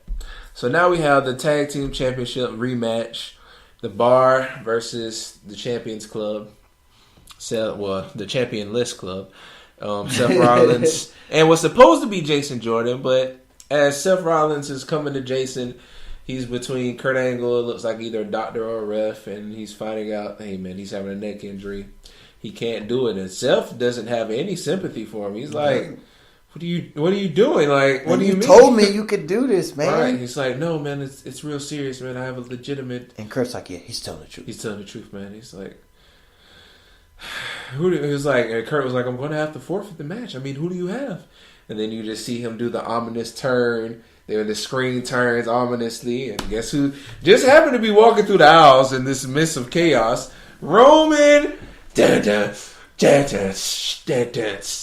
Which I wish they would have actually played the Shield music for both of them coming out. They should have. They stopped doing that. That's how you know the Shield is fading away. They don't care anymore. The mystique of the Shield is gone, man. I wish, man. They gotta push maybe when them, Dean man. come back, they'll try to resurrect it for a 5th time. But if it don't work this time, but I feel like honestly, what I feel it is too many people. Well, not too many people. All 3 of them have went so far in their separate individual solo runs that they don't want to push them as a group. Like, even when they used to come out, if it's a tag team, like when it was Seth and Dean, they let them play their solo themes. Like, they should have started pushing them as the Shield reunited. That's why you heard me say that. Like, yeah. I think they should come out to the Shield music together. Right. You know, and then even when they were tag teaming, they were still wearing their regular attire. I'm like, why y'all don't have the Shield clothes on? Like, where's the music? Where's the ring gear? Exactly. So. But yeah, so it's now Roman Reigns and Seth Rollins, the Shield are partially reunited, kind of, sort of, not really mentioned, versus The Bar, which was, of course, another good match. It really looked like Roman Reigns and Seth Rollins, which I feel like I would like to see that tag team, Reigns and Rollins, since even though they're going to push Roman Reigns, I really don't want them to push Roman Reigns anymore. What? I honestly don't want. Man. I honestly don't care to see the Reigns and Brock Lesnar on WrestleMania because I want to see Braun Strowman now. Yeah, I'm really hype on Braun. So I would rather Braun see deserves that push, man. He does. And honestly, Roman Reigns' Intercontinental reign, even though I like the fact that it was a championship match consistently on Raw, didn't really care. I wasn't as hyped about it. Mm-hmm. And now that the Miz has it back, and he's just walking around holding the belt. Yeah, hey, I'm the champion. I'm the greatest champion. I like the fact of his promos. I mean, his promos are awesome, but it's still just he got a little belt. Yeah. So just a prop to me. That's what it looks like. Yeah. So either way, Jason Jordan randomly comes to ringside, tries to seemingly stop the Bar from just doing like a count out victory. But in the hype of it, Cesaro looks like he's trying to get by. Jason Jordan decides to punch him and punch both of them, or I think he punched both of them. He hit both of them, yeah. Disqualifies him. The Bar wins by default. They just run by him and celebrate, and then Seth and Reigns just look at him like... And you know that was Seth Rollins' last chance to try to contend for the tag titles as long as the Bar are the champion. So that's why they were really upset. That's why he was so mad after the match. He was like, "You SOB." Yeah, he did call him SOB. Hey, you lucky I didn't hurt it myself. Yeah, I thought that was... He was like... Because that's his last chance. As long as the Bar is the champion, he can't tag with anybody to try to go for the belt. Wow. So who's going to be next for the Bar? Who knows, man? Will it be the Balor Club, or will it be... Will it be the Finn with the Balor Club? Is it not just going to be Gallows and Anderson? I think it'll be Gallows and Anderson. Finn's going to be... It should be. I don't want Finn. They got other plans for Finn coming up. This is my spoiler. I'm coming up with I got you. Go ahead. But, so that's what happens with that situation. We go into Nia Jax defeating some local... They just kept saying this young lady. They didn't even say what her don't real even know the name was. This young lady. I'm like, does she have a name? Like, right. This young lady is trying everything she can against Nia Jax. Nia Jax just destroys her as always. So that's building her up, which she doesn't really need it. Mm-mm. So then Mickie James has a match against Sonya Deville. Did you hear what she said afterwards? Oh, sorry. Excuse me. Did you see what she said after the match, though? Who? Nia Jax. No, what she said? How she was talking about Asuka. Oh, yeah. She's talking about, you're going to be the Empress of yesterday. Yeah, when I'm done with you.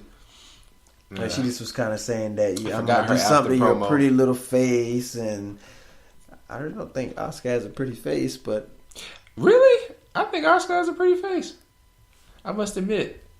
The line across the face bothers you? Why? I don't know, man. I think I don't know, Come out man. doing her little thing. Maybe it's mesmerizing her doing that all that extra stuff. It's like when she takes the mask off, it's She like just looks like this a is what I've regular waited for. Japanese Like, woman. Sorry. I'm sorry, man. I don't know, man. Maybe it's just a correlation between her actions and everything else. It's like, ooh, she can fight too. She's agile. She is gorgeous. Like, every side of the world. This takes the coat off. This throws it back across her shoulder. Right. I like Asuka. I love her music though. She has some killer theme music. Yeah, she does. But yeah, Nia cut a little quick promo. She's getting better on the mic too. She is. Mm-hmm. She is. She's really coming into her own character fully. So, which is why I'm a little nervous about them trying to push her into that triple threat WrestleMania because she's really building her character up well. So, and it would, for another sense, if they're still trying to do the undefeated Asuka until she wins, it'll look even better for her to beat Alexa and Nia. Could be. So, because they might not feel like how I feel. I don't feel If like she it's going beats to be Bliss, it wouldn't be monumental for me. exactly because I It's don't feel like she that's beat a good Alexa match. Bliss. I don't feel like And that's she's a good already match. beaten Bliss in a non-title match already, and also beaten Nia Jax already. But I think Nia got hurt in that match some kind of way. Yeah, that's was what it a that count was. out or something? Yeah, because she couldn't get she back couldn't in get the back ring up because she hurt her leg. So I don't So, know if yeah. that truly counts to help her cause, but So to beat both of them would look a lot better because I really don't care to see a Bliss versus Asuka. So gotcha. then Mickie James fights Sonya Deville of Absolution with Paige. I'm glad that Paige is kind of there as a manager kind of situation, being their support. I hope they just keep her there and not just get her to fall away. But yeah, so after the match, Absolution starts to jump her, and out of anybody, Alexa Bliss comes to save her. That was weird because she was looking back up at her like, "What? But you know Why what? are you here?" She's trying to get help For that the chamber elimination match. chamber. She needs sides. You already know you got two members of Absolution, so that's coming in, and they already jumped Mickie James. Enemy of my enemy is my friend. There you go. I help Mickie. I got one partner. So I mean, like I said, Mickie James was looking so shocked. she was like, hold on. She kept looking at them, but she was like, "I'm glad you came, but You're like, did why it had are you to here? be you." And Alexa kept. She was like, "You all right?" She was like, "Yeah, Like- yeah, I'm good. I'm good." Yeah, they look down pat like how she looked at her, like. Yeah. So I don't know. Maybe she had a couple of stars going around her head. She couldn't really process what was Right. going on at that point. So now the main event, which was actually surprising to me to have this kind of main event on Monday Night Raw. Braun Strowman triple threat match with John Cena and hello, I am Elias. He really crushed that. He crushed that town so bad. He did. He was like, "Who wants to walk with Elias?" And everybody's like cheering. Yeah. He was like, "That's a really strong." What did he say? That's a strong whatever he said from a no-name town. no-name town like He was this. like, I was supposed to perform at the Super Bowl, and I came to this godforsaken town, and I regret that option. I regret doing that. Like, he was just. He's really good with that, though. Yeah. I like listening to him. But what makes it bad is that he's still over. Like, Yeah, the thing, they still cheer for him even though he like talks crap about their city or exactly. whatever. And they're starting to realize that on SmackDown. Like, I noticed this week, which I don't mean to jump too far ahead, but like Aiden kind of did a taunt at the city, but for the past couple of weeks, they never taunted the city. They just promoted Rusev Day and got super over because now, they realize it. And I guess they still want it to be like a heelish type. Yeah, of because thing. he's supposed to be a heel. Yeah. It just happened to get over way more than they expected. Duly noted. Yeah, duly noted. So, oh man. So yeah, with the stipulation is triple threat, the winner gets to be the last person, the last entry in the Elimination Chamber. So first, Braun Strowman is just destroying everybody. Then they decide they was like, you know what? We're gonna beat up on Strowman back. Together. They throw him into the ring post like 3 times, and then finally. Then I think Elias came over the back with the guitar. But John Cena hit him with the steel chairs first. Then Elias hit him with the guitar, and then John Cena AAs him over the steel steps. And then I love it when Cena tries to pick him up the first couple times. And he just acts like he's the down. weakest thing ever. He's like, I gotta collapse. Then all of a sudden, like 10 minutes later, he becomes like, all my muscles work now. And then he slapped, and then immediately after he AAs him on that, Elias is like, bang. Yeah, Elias strikes quick. Okay, we did what we had to do. Now it's over. He strikes Cena really quick. Right. And from then on, it was they battled a good little battle until Mr. Strowman. Until Strowman comes back. He hits that doggone running power slam, which is such a simple move, but Braun makes it look like It's so the effective. toughest thing. Yeah. It fits him too. It does. Running power slam. Because He he's picks athletic you up as and crap. holds you there, and he just does his little. He charges with it too. It's not like he just drops. And there's no way you can really reverse it unless you jump over his Exactly. back. Which- but once he gets you in that, Which is what Elias did. it's not a snap reverse. When he tried to get Elias after doing it to John Cena, Elias was able, which made Elias look super strong. How hard he pushed Braun out the ring. Like I was like, how did he jeez. just, like he had to really put some effort in that to push Braun. Yeah. Like many people don't push Braun and he goes that far. Exactly. And so Elias picks up the win. So now we know that Elias not only is a member of the match, but he's going to be the last entry. And they said the most victories in the chamber has come from the 5 and the 6 entry. So maybe who's coming in at 5? Because Elias isn't winning. He's not winning this match. He is not. But all right. So to end this, now they're saying that next week they're going to have a last chance qualifier, which is is it a fatal 4-way?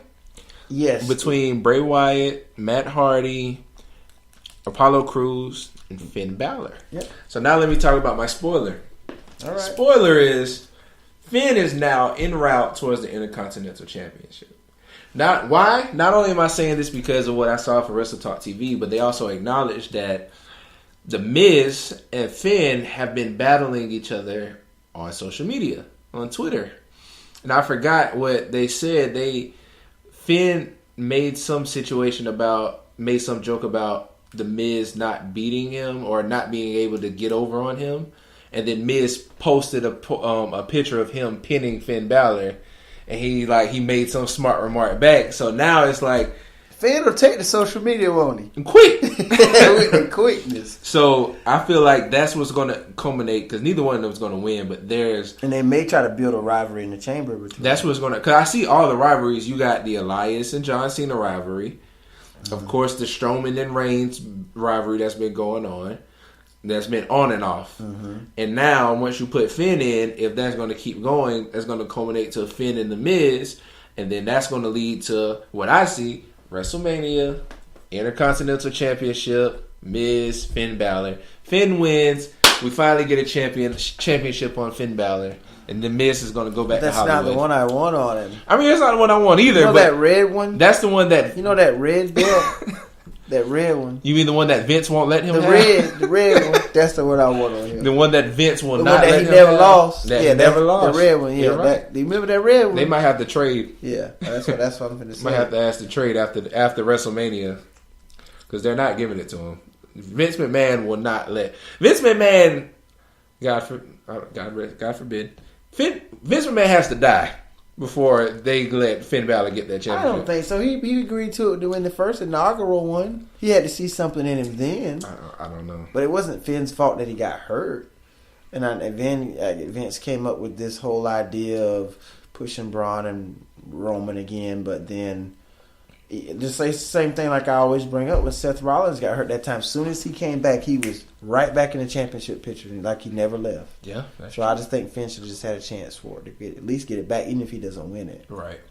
But that's just how that was. Yeah. But that is Monday Night Raw. That is Monday Night Raw. You want to dive into? Go ahead and dive into SmackDown. Yeah, we can go ahead into SmackDown. SmackDown kind of kicked off with the general manager, commissioner Shane McMahon standing in the ring, and he's just kind of going into talking about the match that they set that night for Sami Zayn and Kevin Owens to battle it out to see who's going to face AJ Styles at Fastlane, and he's not a big fan of either one of them getting another chance because he feels that Sami Zayn and Kevin Owens has had ample chances, and Daniel Bryan is kind of favoring them and kind of continuously giving them chance after chance when this is supposed to be the land of opportunity. You know, we listen to the fans. We kind of feed off what you guys want, and we kind of give those people those opportunities. So he invites Daniel Bryan down to the ring to explain himself.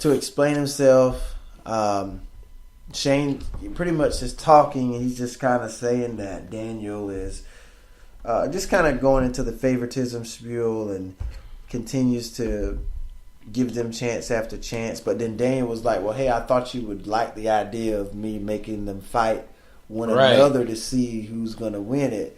But, I mean, and then at that point, I get what Daniel's saying, because neither one of them can't worm their way out of this. There has to be a winner. So there's no way we can get a count out, or we can, interfere on the other person's behalf. We have to go one-on-one. But Shane was still just like saying that Daniel loves the WWE so much, and he still wishes that he can compete. When they kind of plugged that a little bit, I'm thinking, maybe he can come back. But he was like, you're trying to live vicariously through Kevin Owens and Sami Zayn at this point. Right. Because this whole Yep movement is not the same thing that you created with the Yes movement and, stuff like that. And then we hear AJ Styles music hits. They don't want none. No, they don't want. Scared, no. Just a young boy. So then he comes back. He comes down to the ring.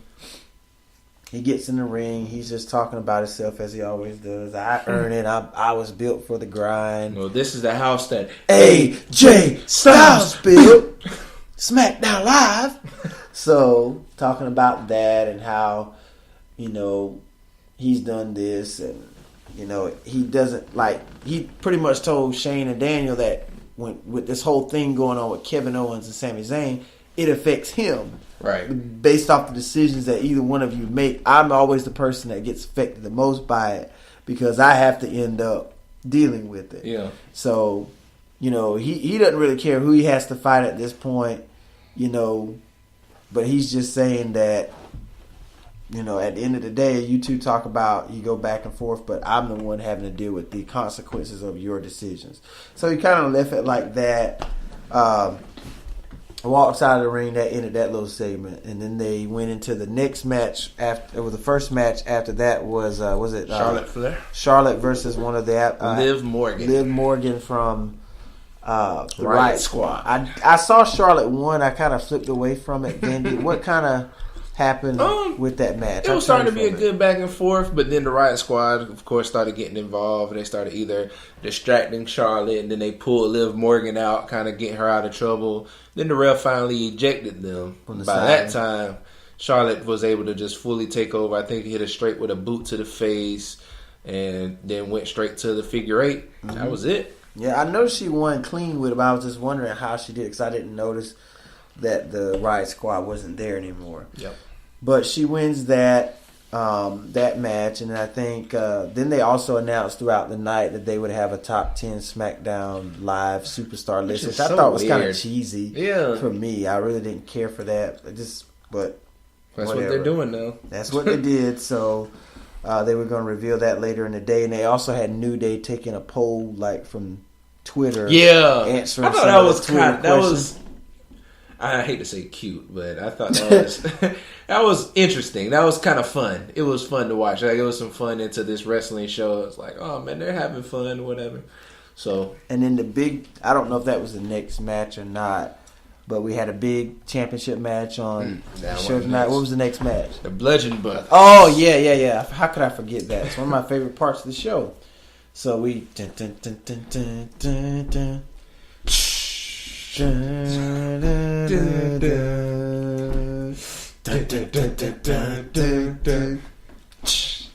gonna make me buy the ringtone because of this. I love that little music, man. I love wrestling themes. If you don't know, I love their music. If it's a good catchy theme song, it sticks with me. But so they come down and they fight this little no-name tag team. I don't even know who these people were. Yeah, local talent, and they just destroy them in minutes. Squash match. And then as they are exiting the ring, the Usos come out. They kind of return the favor, as like you said, what they had done to them the week before. And I love how Nick Harper's standing there because Eric Rowan is like, and he's just like, he sticks his arm out like, just let them do what they come to do. And they walk past, and they but this time, if you notice, last week the Bludgeon Brothers act like the Usos weren't even there. Right. They walked right past them. But then the Usos come out and they're giving them a death stare like, we here. I know you see us. You ain't got to act like you don't see us. We here. That was like a C Moody type analysis of that. That's what happens. Like, they stand there. Hey, we right here. I mean, you ain't even got to look past us. We in your face now. We in your face. Now we going to walk past you. Now look at us. There you go. And then they walked past them, and then they just let them did their thing, and they went on up and out of the up the ramp. And then the Usos kind of had a little promo they cut. Of course. And you kind of go into that, you know. I mean, they was pretty much explaining what it means to be locked down, which I feel like, because like I said, we know that Jey Uso had that situation, the DUI. I feel like they're making him kind of push that situation like as part of his punishment to like be like, because they made him be like, you don't know what it is to be locked in a cell, so and so and so. Trust me, I know. Like, I don't feel like he really. I don't know. I don't know the man. I don't know if he actually has some kind of record. But I mean, if the DUI had to put him in a holding cell, they're probably like, well, this is your punishment. Now you got to really act like a criminal, like, and be out there. Mm-hmm. So I feel like that's just something extra that they're making them do. But, I mean, they still, of course, turned it around because they're still doing the Uso Penitentiary. Mm-hmm. So, and they just did cut a little promo on that. And then that was the end of that once they had kind of talked about that. Then after that, we had the championship match, right? Yeah. With Mr. Bobby Roode. Glorious. No, I want to live. I will give in to the victorious. And I will defend. I will defend. I truly love that. Truly love that entrance. And then they cut a little promo on the little phone before Rusev team came out. But then Aiden English came out first with his sing-along song. I am the Empress of Song. I cannot stand when he starts with it. I am the something. And then he always starts with the yeah. He always does that. But then, like you said, he took a little bash at the city of Kansas City, and they still kind of cheered him on and for Rusev Day. Right. And then Rusev comes out. And him and Bobby Roode had a pretty good match. Aiden English kept kind of interfering a little bit, trying to distract, being that distraction. And I love the way how Rusev kept trying to get the accolade, but Bobby Roode kept finding a way to get out of it. Which I'm glad, because I feel like for Bobby Roode, he's not pushed big enough to just break out of the accolade. Yeah. So he kind of had to slither his way out. For him to squirm out of it like he did, it was perfect. And he's a good counter. I don't know if you watch some of his matches as he's fighting other wrestlers, but he does really good counters to stuff.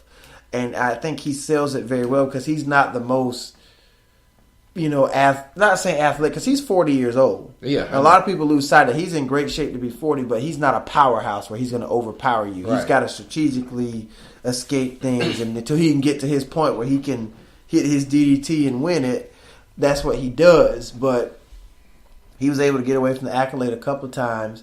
And I love the last attempt as he kind of slithered under, and as Rusev got back up, he hit him with hit it real quick. He didn't even do the whole glorious spear. He's like, he didn't even kick him. He was just already there. No, I think he did kick him. Did he kick him? He might have did. He might have did it so quick. It really was quick. Like he just really just walked into it almost. Yeah, and he hit the glorious DDT for the win. So he retains the U.S. title. But my favorite and then soon after, it was just something that happened so fast. Oh, it was just like, you look up and it's like, the RKO strikes again. Oh my goodness. RKO to Bobby Roode. We saw but before we go to the other RKOs, I like, because you know how whenever Bobby Roode, like, he celebrates, he has to wind up his little glorious chant. So when Randy hits the RKO, he's walking around kind of like doing like the slow wind up thing, like just looking like in this little craze. And I thought that was just perfect. I was like, Randy knows when to strike, man. Oh my goodness. Perfect. comes in, hits that RKO, does his little look around, and then he sees Aiden English, gets him, pulls him back, gets him, and then Rusev always takes the nastiest RKOs. He always, somehow Rusev finds the perfect way to angle his body neck first and don't get hurt. His body just, it flows right with it. He doesn't, like, his knee doesn't hit, like, he's flat, but he still sells the move very well. And it was just like, Randy Orton strikes again. So I don't know if this means he has interest in the U.S. title. I hope so, man. I really want him. I need Randy to get a title. He don't have to have a title. He's not a person for me. He's already done enough for me.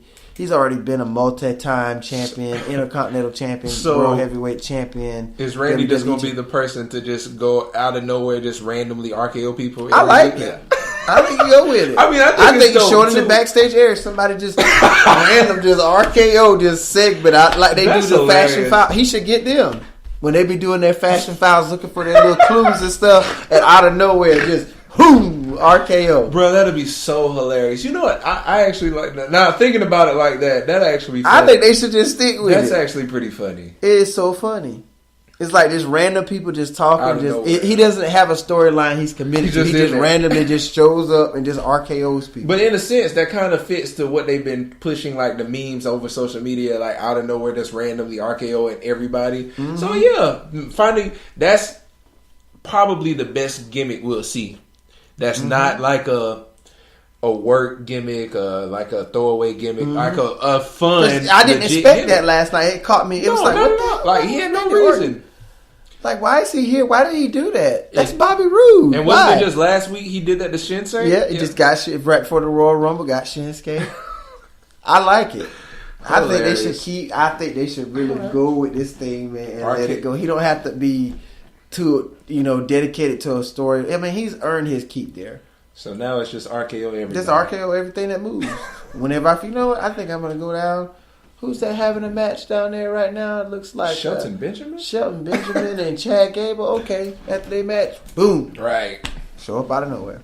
That's hilarious. But RKOs to all three of those guys. So then it moves on to... Speaking of Shelton Benjamin and Chad Gable. Yes, they had some kind of board on the back talking about Fandango. Oh, they were trying to mock the fashion files and they just knocked it down. It's like... So they're kind of back on the bottom tier of the tag team division after their battles with the Usos, and they're just having filler matches. I'm glad I'm seeing the Ascension and Breezango giving them something to do, but other than just the fashion files. Right. And so they fight the Ascension. They actually fought them pretty tough. I was about to say, Victor looked great. He did. Yeah. Because, they talked about how to remember how great they looked on NXT. But, of course, like I said, I haven't been one that's been a viewer. Yeah, I didn't really follow them too much. Right. But, NXT. Victor and them looked like they were almost rebranded, like a new Ascension. Like, they looked really strong. Yeah. They did. So...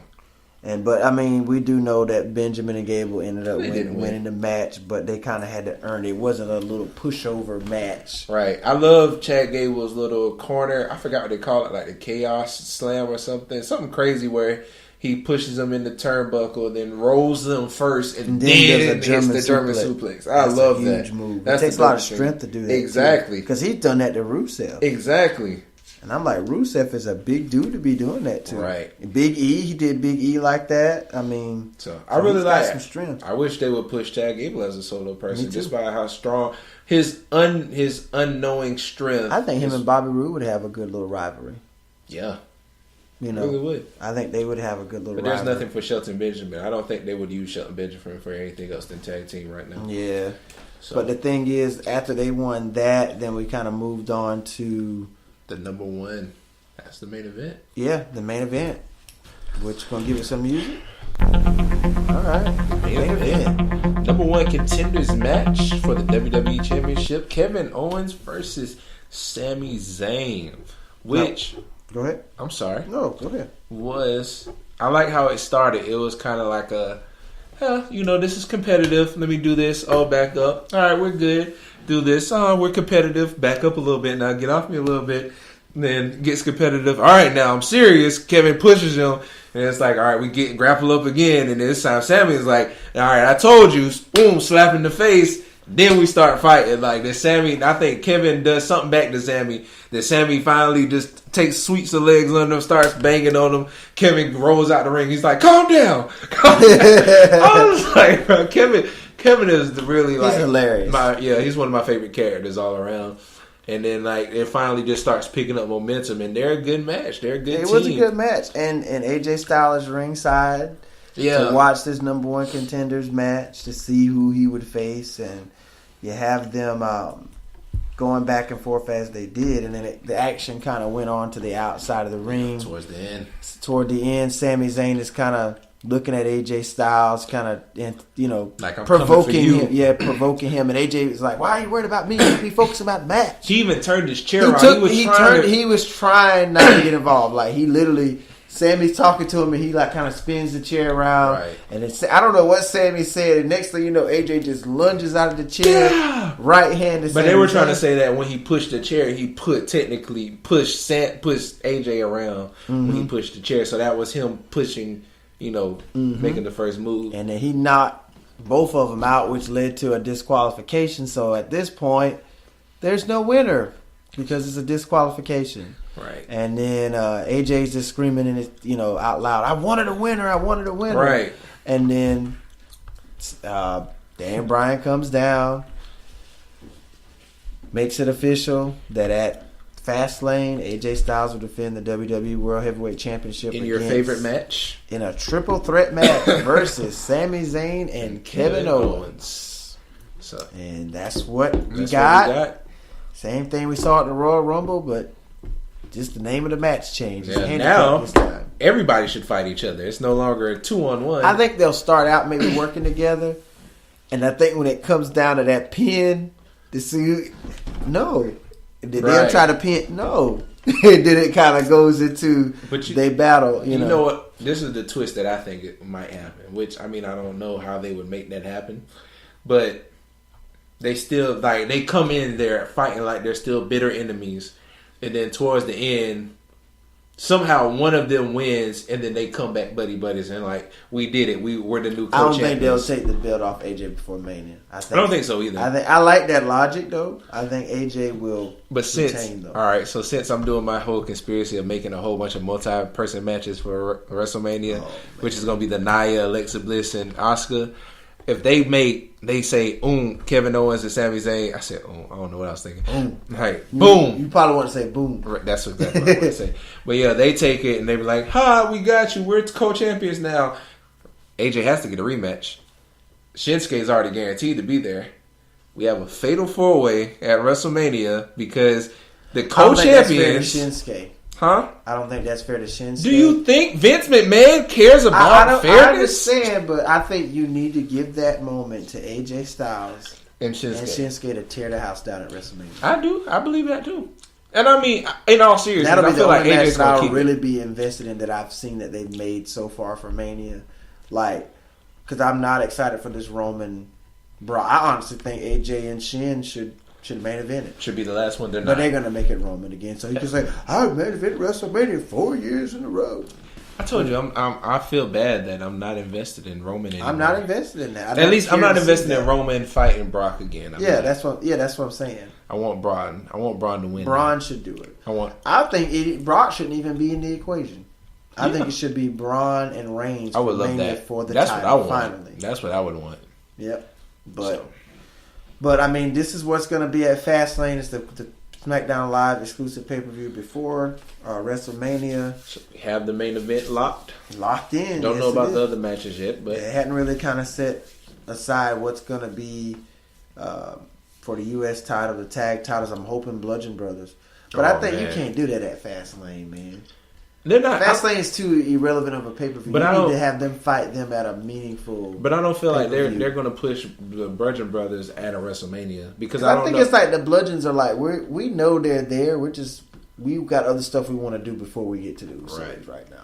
You know, and like I said, I didn't mean to cut you, but they still need to go through Gable and Benjamin, I think, and they still need to go through the New Day, and then I think they should get to the Usos. I think you should build it up like that. I want them. I like how they've been built to do it, but I feel like just because they're still there their character is still fresh, I don't feel like they will put them in a WrestleMania Tag Champion match.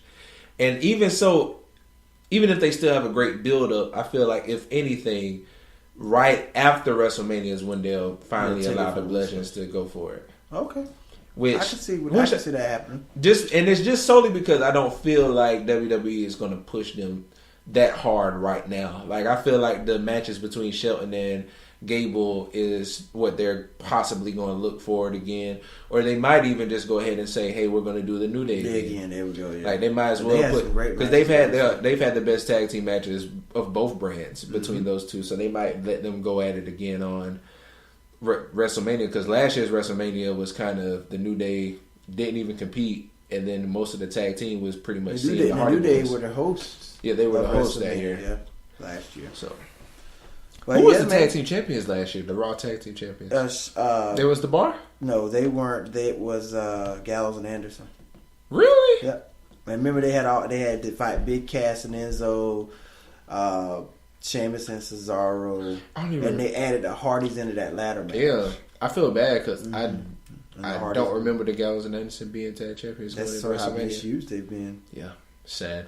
Yep, they have good tag teams, man. And both brands, but they just don't utilize them how they should. Nah, but and then the two that they do have, they just push them over and over instead of letting everybody. There was some good chemistry there between Usos and New Day. You had to stick with the hot hand on that. Yeah, I mean, I understand that now. That was great, but I mean, like Sheamus and Cesaro. What's some other tag? I don't even know anymore. Sheamus and Cesaro, and then they brought Seth and Dean together. Seth and Dean was good. They feuded with the Hardys for a little while. Hardys was good. And then after I don't even know any tags anymore. They broke up Enzo and Cass. So Gallows and Anderson. Yeah, and that was it. Yeah. So yeah, I guess so. Yeah. SmackDown really has the better tag team division. I think so. So is that it for wrestling? That's it for WWE, man. That's it SmackDown Live and Raw. Now, when we come back, we're just going to go ahead and dive right into some college basketball, give you the top 10 rankings, talk about some NBA action to close out the podcast. Yeah, man. Getting lesser and less. Next week, we won't even have football to talk about. Yeah, I know, right? So you're listening to Sports Moods, 2 Moodies. 1 Duty. Sports. We'll be right back.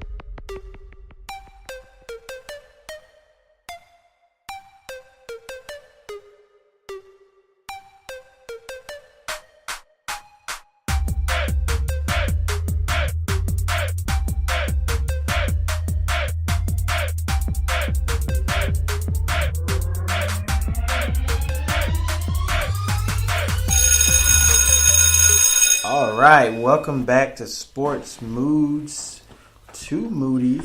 1 Duty. Sports. I am D Moody here with C Moody. We've already covered everything from the Super Bowl 52 aftermath. Again, congratulations to the Philadelphia Eagles on their first Super Bowl championship. Yes, congratulations. And we went into some WWE action, talking about Monday Night Raw, SmackDown Live, as we continue to build toward the Elimination Chamber and Fastlane. And now we're going to go ahead and talk about some college basketball. I just want to reveal to you the top 10 teams in the nation. Right now, we're going to start it off with number 10, Kansas at 19-5. The Jayhawks are 8-3 in the Big 12. They have 8 top 50 wins on their resume as they're building it for March Madness, and they have 2 sub top 35 losses to top 35 teams. But they're 19-5, still staying within the top 10. Falling down a little bit from earlier last week, Duke, suffering a loss over the weekend, falls to 19-4. Their next game is one of the biggest rivalries in college basketball history. Oh, yeah. They get ready to take on the North Carolina Tar Heels tomorrow night. But the Blue Devils, 6 top 50 wins on the season. So they're building a nice resume for themselves as well as one of the top teams in the ACC. Number 8 is Auburn. This has just been the sleeper team for me this year. I haven't really had a chance to really take in any of their games, but they are 21-2 in the SEC. Wow. They have won 19 of their last 20 games. Sheesh. Yeah, and they are 19 of their last 20 games, but they are 9-1 in the SEC. Currently a 2-game lead right now over Tennessee in the SEC. So that's really the surprise of the season for me. The Auburn Tigers in basketball. Usually when I think of Auburn, I think of football. But for them to, be in the thick of things in February of the season, only 2 losses and pretty much controlling their own destiny in the SEC. Number 7 is Texas Tech. They're sitting with 6 top 50 wins on their resume in the Big 12. Number 6 is Cincinnati. 22-2 on the season. They are currently in the midst of a 15-game winning streak, and they are 11-0 in the AAC conference. So they're pretty much controlling that conference as well. Former Big East team, Cincinnati, for the Big East conference, and they're controlling the AAC conference right now with a perfect record of 11-0. Number 5, Xavier at 22-3, 7 straight wins since losing to Villanova. So the Xavier Musketeers looking pretty good right now, in the top 5 of the nation.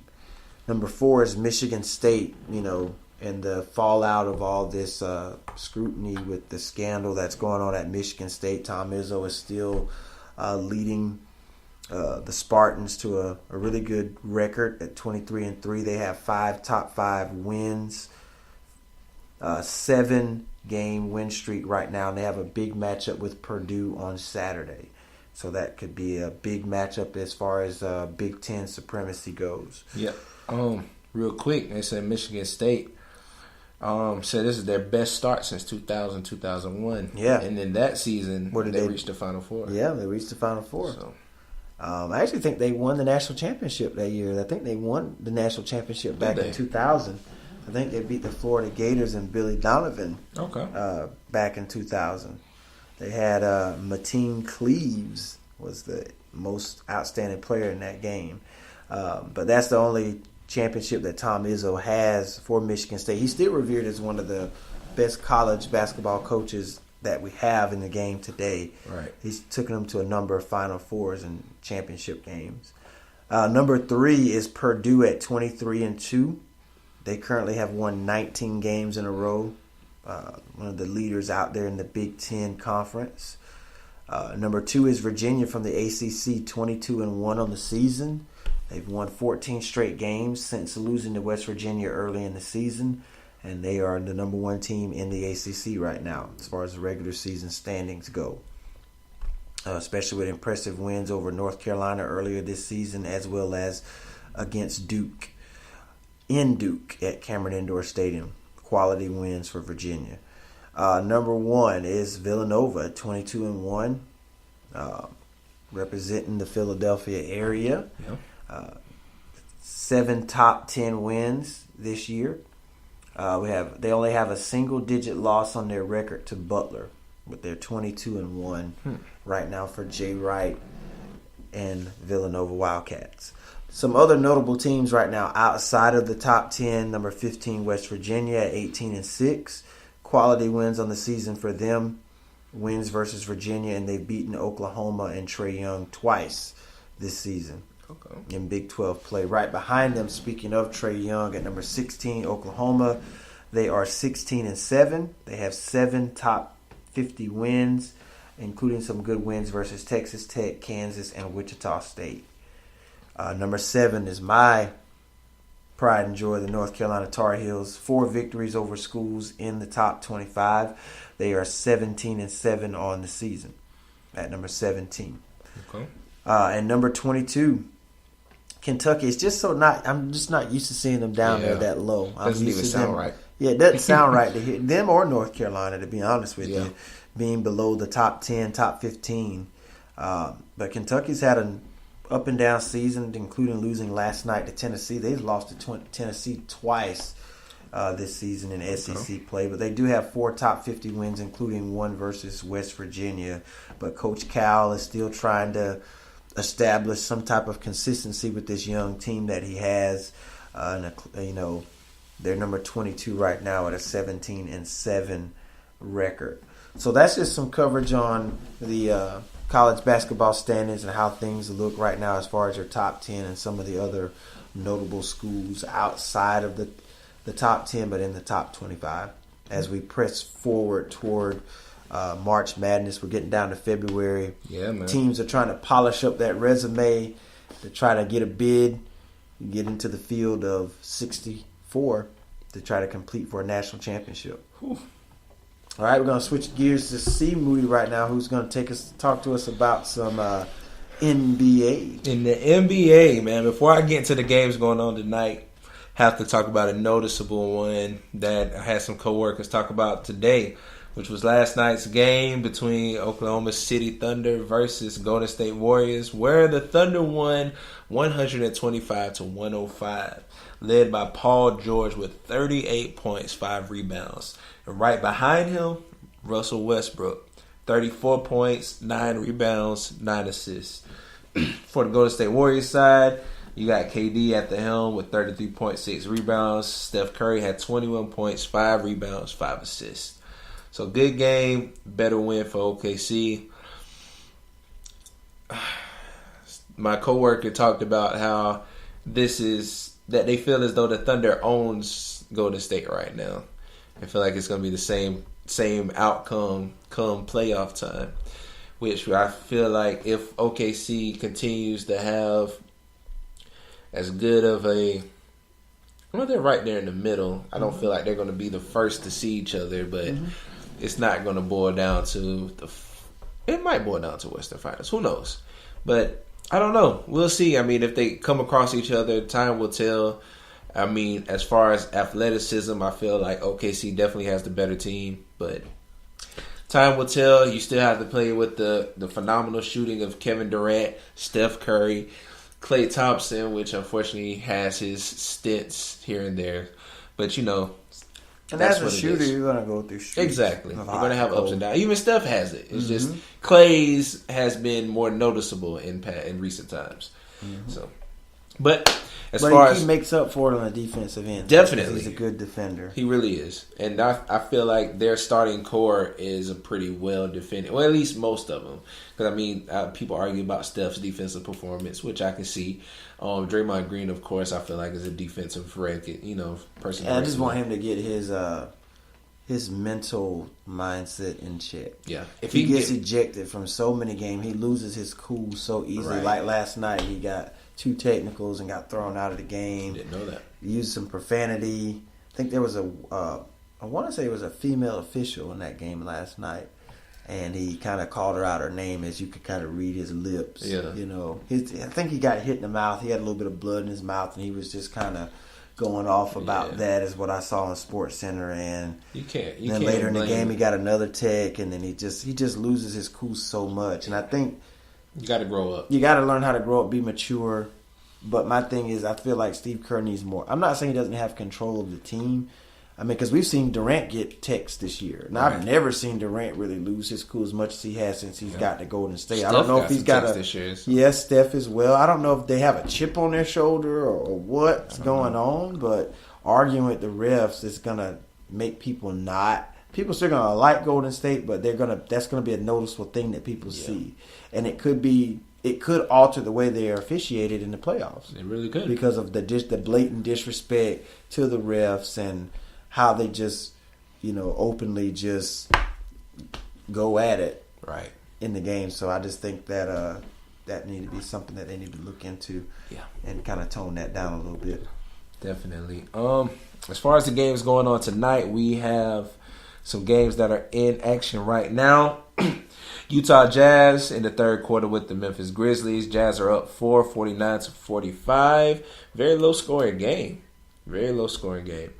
The Rockets in the fourth quarter against the Miami Heat, tied at 87 currently with 8 minutes left to go in the fourth quarter. Let me look at the score. I just want to see what James Harden has, since we've been seeing him more and more. He does have 30 points. James Harden with That 30. surprised you. Right. 3 of 10 from 3, and Chris Paul right behind him, second highest on the Rockets with 17 points. On the Heat, you have Jason Richardson? With 25 points, you have Josh Richardson. I'm so used to seeing Jason Richardson. Sorry, so forgive me for that. Josh Richardson being the leader of the Heat side. Also playing right now, the Timberwolves versus the Cavs. Close game in the third quarter. 70-75. Just got updated 75-71. Cleveland is up right now. On the Timberwolves side, you have Jimmy Butler with 17. Karl Anthony Towns with 18. Jeff Teague with 10. On the Cavaliers side, you have LeBron James with 18. J.R. Smith with 17. And Tristan Thompson with 11.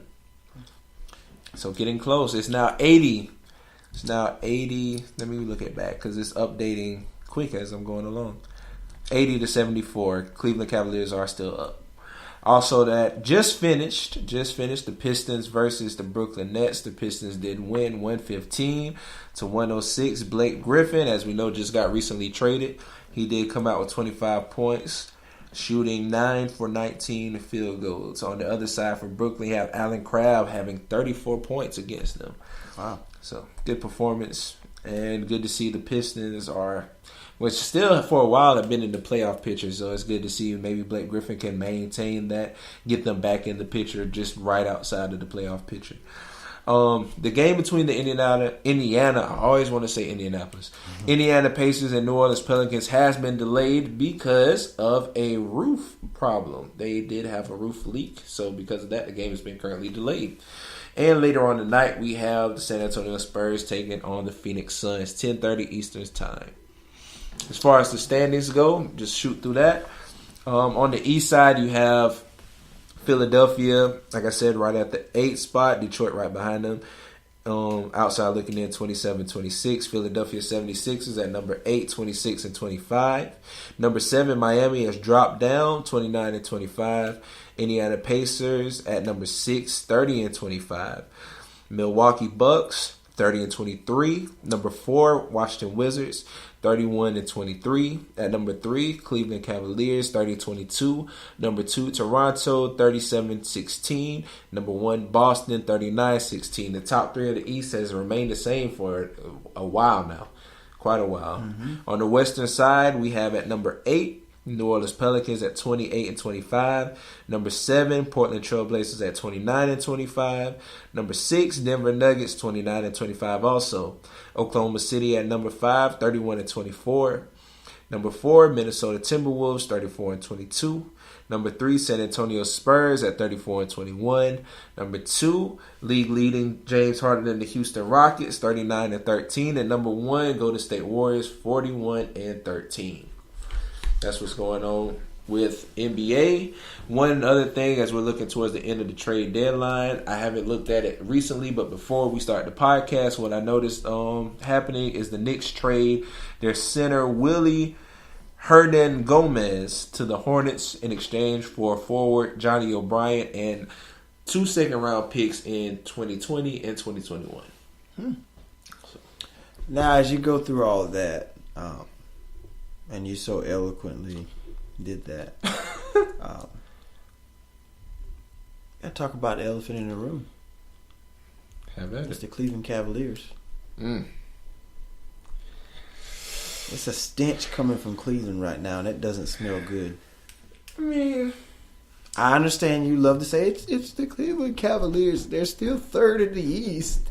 They have some issues. They do. It's a They soap really opera there right now. really They're young and restless. and falling apart. They are unraveling at the seams. Have you ever seen? I saw what you did with the younger wrestlers. I saw. You saw that? You saw that? So, they're unraveling at the seams right now. It just seems like there's no sense of togetherness for that team. LeBron just seems like, I honestly feel that he's out of there after this year. I mean, I just honestly feel that he's going to test that free agency market. I just feel like there's a lot of front office issues with him in the front office, and it was like one of those things where you take your ex back, and the first couple of years it's good, and then you get Right. back into some of those same broken habits, or they develop new habits about them or you see the qualities in them that you just wish that they didn't have, and you kind of remind you of the first time around it didn't work. Right. And I kind of see it now. It could be. I man. mean, it was think good so. that he was able to come back and win it. deliver the title to Cleveland. He's out of there. I think he's going after this year. Isaiah Thomas, to me, is now looking like it's not a good acquisition for them.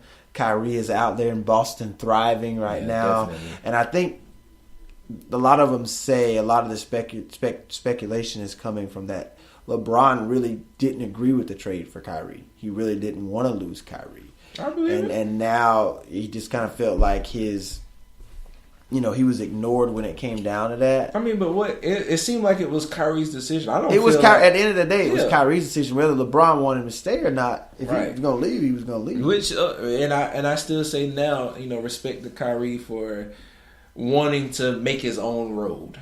Yeah, You I know, do. a lot of people, kind of bashed him like, "Why would you leave?" They had maybe it was some kind of beef, and Kyrie was just simply like, "No, I want my own story now." Because he didn't admit it, but if he were to continue to live his career with LeBron, at the end of his career, he's going to be that person that after you finish talking about LeBron, then you talk about the team. Just like with Jordan, for everybody talks about Jordan, but if you want to get deep, then you go into Pippen, then you go into Rodman. There you go. So he just didn't want to be the sidekick. Yeah, he didn't want to be the part of the shadow. Part of the shadow. He wanted to make his own way, as you said. But Cleveland's got some issues. Very fortunate they're still third in the East. I do know Toronto and the Celtics played last night, the battle of 1 and 2. I think that Toronto won that game. They have the best home record at home. I'm not sure exactly what that record is at home, but in the 6, as they say, right? They are kind of an unbeatable Kyle team. Lowry there. had a good night that night, and it's surprising. And for me, I feel so bad. I don't like Kyrie. I don't like Kyle Lowry, not Kyrie. Kyle Lowry, and it's just because he's one of the people that needs to mature as well, because he can't be consistent, and it seems like he falls out of the momentum real quick emotionally. I saw in all of his playoff performances, he never shows up. He doesn't. He might have one game where he does it, but then the rest of it, it's like it's too overwhelming for him. Like he has to grow up and kind of take that maturity into the game. And like I said, they've been good in the regular season over the past couple seasons. It's just like you said, postseason wise, they tend to their stars come up short. Right, and I hate to just put it all on Kyle, because I know DeMar DeRozan hasn't had great nights during the playoffs, but the most noticeable one is always Kyle. Yeah. So it's like I have to, because he's more consistent at being inconsistent. Exactly. Yeah. In the playoffs, so hopefully they can try to push forward, kind of contest Boston for that 1 seed, and maybe have the home court advantage on the eastern side. I do know we're coming up on the All-Star game pretty quick. And it seems like we do have some key injuries. We do know John Wall is out. Yeah. We just learned last night that Kristaps Porzingis tore the ACL, so he could be out for the rest of the season. Yeah. And a lot of people are pushing for Ben Simmons to be inserted into the All-Star game because of some of the injuries that we've seen over the past couple of weeks. I like Ben Simmons. Yeah, Ben Simmons is, doing really well. Philly's finally healthy, and they're kind of up and down mediocre. I saw a stat last night. They were playing on TNT.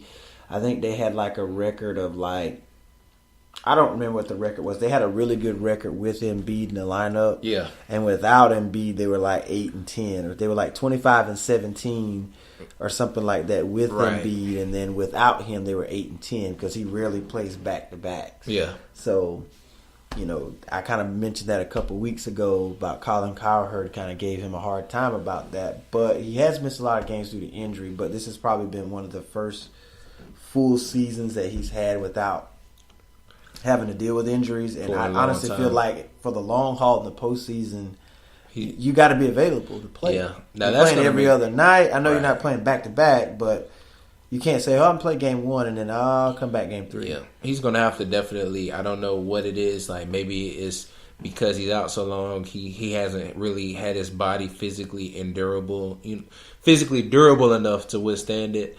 But yeah, like you said, when playoff time comes, if they can, get in there, and maybe him by missing some of those games could be the difference. Definitely, because a sub 500 record without you in the lineup could very well have you on the outside of things looking in. So hopefully, hopefully he has the right answer. He finally figures it out. Hopefully he could figure that out. And if they make it. And I just kind of want to hit on too with that loss last night to with Golden State losing to Oklahoma City. Yeah. They have a losing record this season to the Thunder and the Rockets. Yep. To both of those teams. Oh man. They have a sub 500 record versus we already know Houston's 2-1 against them, and I think the Thunder's gotten them twice this year. So it should be. So kind of makes me think. A lot of people say, well, it's not like the Warriors are going for a 72-win season again. I mean, I kind of figured like they were going to lose more than 10 games. So yeah, for me right now, looking at the Warriors, I don't see them as taking the regular season seriously. Like, I hate to say it, like, I mean, of course they're playing to win, but it's like, I feel like the regular season is them testing their weaknesses. Mm-hmm. So, like, once the playoff comes, we'll get the best of them. Like, I'm not saying they haven't played to their best potential, but you'll get the best of this team as a whole in playoffs. And it's because they know that their fundamental, their components right now is substantial enough to maintain a positive record right now, which is why they're still best in the league. So, with that being said, you think the regular season is too long? They maybe need to shorten the NBA season a little bit to try to make it more competitive, so that guys don't take nights off or, not play as hard as they would in March or February as they would back in November and December. No. Yeah and no. Yeah, because I feel like, maybe if it is shorter, maybe they will do it. But I feel like no, because for people like Joel, like Embiid, who can't just do it back to back, it's still, if they're not going to be able to do it consistently, it's not going to be consistent if I short down the time. True. So I guess I can see that. Like, if LeBron figures that, okay, 30 games is enough, I need to take a break. If I'm having 50 games in the season, he's going to take it at 30, whether or not I cut it down to 50 or keep it at 82. So that's the only reason I say no. But I mean, to an extent, like, these are people playing like hard for 80-something games plus, and it could be argued that the older people played that hard as well. But I feel like, and they definitely don't play as aggressive as the old people. Yeah, now that I think about it, no. I mean, if the old people can do it, and they, like I said, they really aren't as aggressive. They're not as physical. Like, I was listening to a commentary talk about a couple nights ago. And it's like how they get away from hand checking. Like, you can barely touch somebody now and get a foul. So I mean, like, with all this stuff based off of your not being able to have so much physical contact as often as it would be in the older days, you would think that it wouldn't be as physical wear on you. Wear and tear on you, yeah, because the rules kind of favor you at this point. Exactly. And everything's kind of run and gun. You're seeing more points. You don't really see those defensive power struggle. Not to mention the 3-point inclusion, because now, more people now don't even try to drive all the time. Everything's shooting now. Shoot now. And then you get those long outlets on those missed shots, and we just. I couldn't imagine Steph Curry sustaining if there was no 3-point line. Like, because that means, he would still be able to just shoot if he wanted to. It'd be long twos. Yeah, just be long twos. And I mean, besides that, I feel like he would be pushed more to want to drive. And considering how fragile he has been in his early season, he wouldn't have as much of an impact. I don't know, because him being a great shooter is still going to be there. So I don't know. It could, but it's just the point factor of it. Exactly. Because twos is a little it's only 1 point difference, but it's a difference when it comes to threes. Take 10 threes. Yeah, 30 points versus 20. There you go. So. It can really change the course of a game or bring you back in the game a lot quicker, too. Yeah. But that's just some coverage on the NBA. We're getting to the point where we're getting ready to wrap this podcast up. Hope you guys have enjoyed our coverage of the Super Bowl, talking about the WWE Monday Night Raw, SmackDown Live, getting into college basketball and the standings, and then giving you some NBA insight on things. Again, we just want to thank to everybody who takes the time out of their day, no matter where you be where you may be listening to us from, whatever platform that may be, whether it's iHeartRadio, whether it's Spreaker, whether it's YouTube. If you follow us on Twitter at Sports Moods, you can get up-to-date coverage. I try to be as efficient and he is to the point, to the minute with the updates and everything. He really is. D Moody really is. I try, I would love to see more followers on Twitter at Sports Moods. And then C Moody kind of holds the helm down at It's Sports Moods on Instagram. And I got to do better. So I feel like he's been saying that for a couple weeks, and it's just like I was able to jump on it for a Super Bowl. Now I did post. I did post a bit on Super Bowl. I did. I just got to be consistent now with the NBA and college. So we'll get there. He's getting there. He's trying. So we'll give him an E for effort on that. But yeah, again, we do this for you guys. We've been doing it since August, and we're getting into almost 6 months into this podcast. I think we're getting better at what we're doing. And just thank you guys just listening to us, giving us that support each and every week. Ashburn, Virginia, whether you're listening to us from Charlotte, Timmonsville, South Carolina, Atlanta, South Carolina, California. We've reached as far out as to New Zealand and Jerusalem. And Israel the last couple of weeks. I said Jerusalem, right? Yeah. I meant to say Israel. I'm sorry. Are you good? Australia, at one point. So we're kind of getting on some people's radars. I would just say pass us on to a friend. If you know somebody likes sports talk, just give us a chance to be your go-to in sports. Also, we're going to grow as far as having products. If you are familiar with TeePublic, that's an independent t-shirt and merchandising selling platform. Look up Mind Library. That's the name of the company that's where you will find Sports Moods gear on. We only have one shirt right now, but we're going to start growing out. Some more designs come along. That's another platform we're going to try and take of, and you can take advantage of.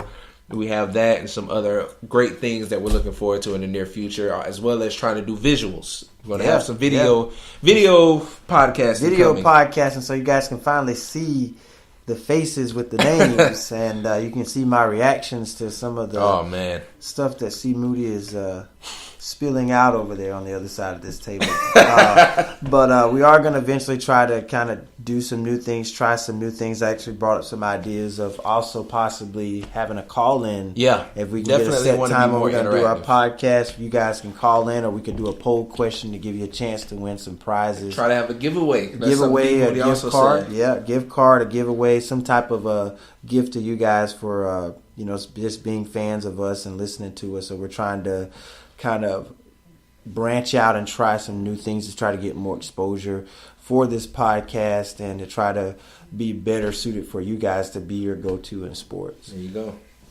But I guess as they say in church, if all hearts and minds are clear, there you go. We're going to go ahead and close out this podcast. Thank you guys again. We'll be back next week.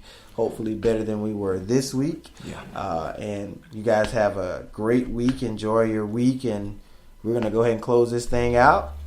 You've been listening to Sports Moods with D. Moody and C. Moody. 2 Moodies. 1 Duty. Sports. See you guys next week.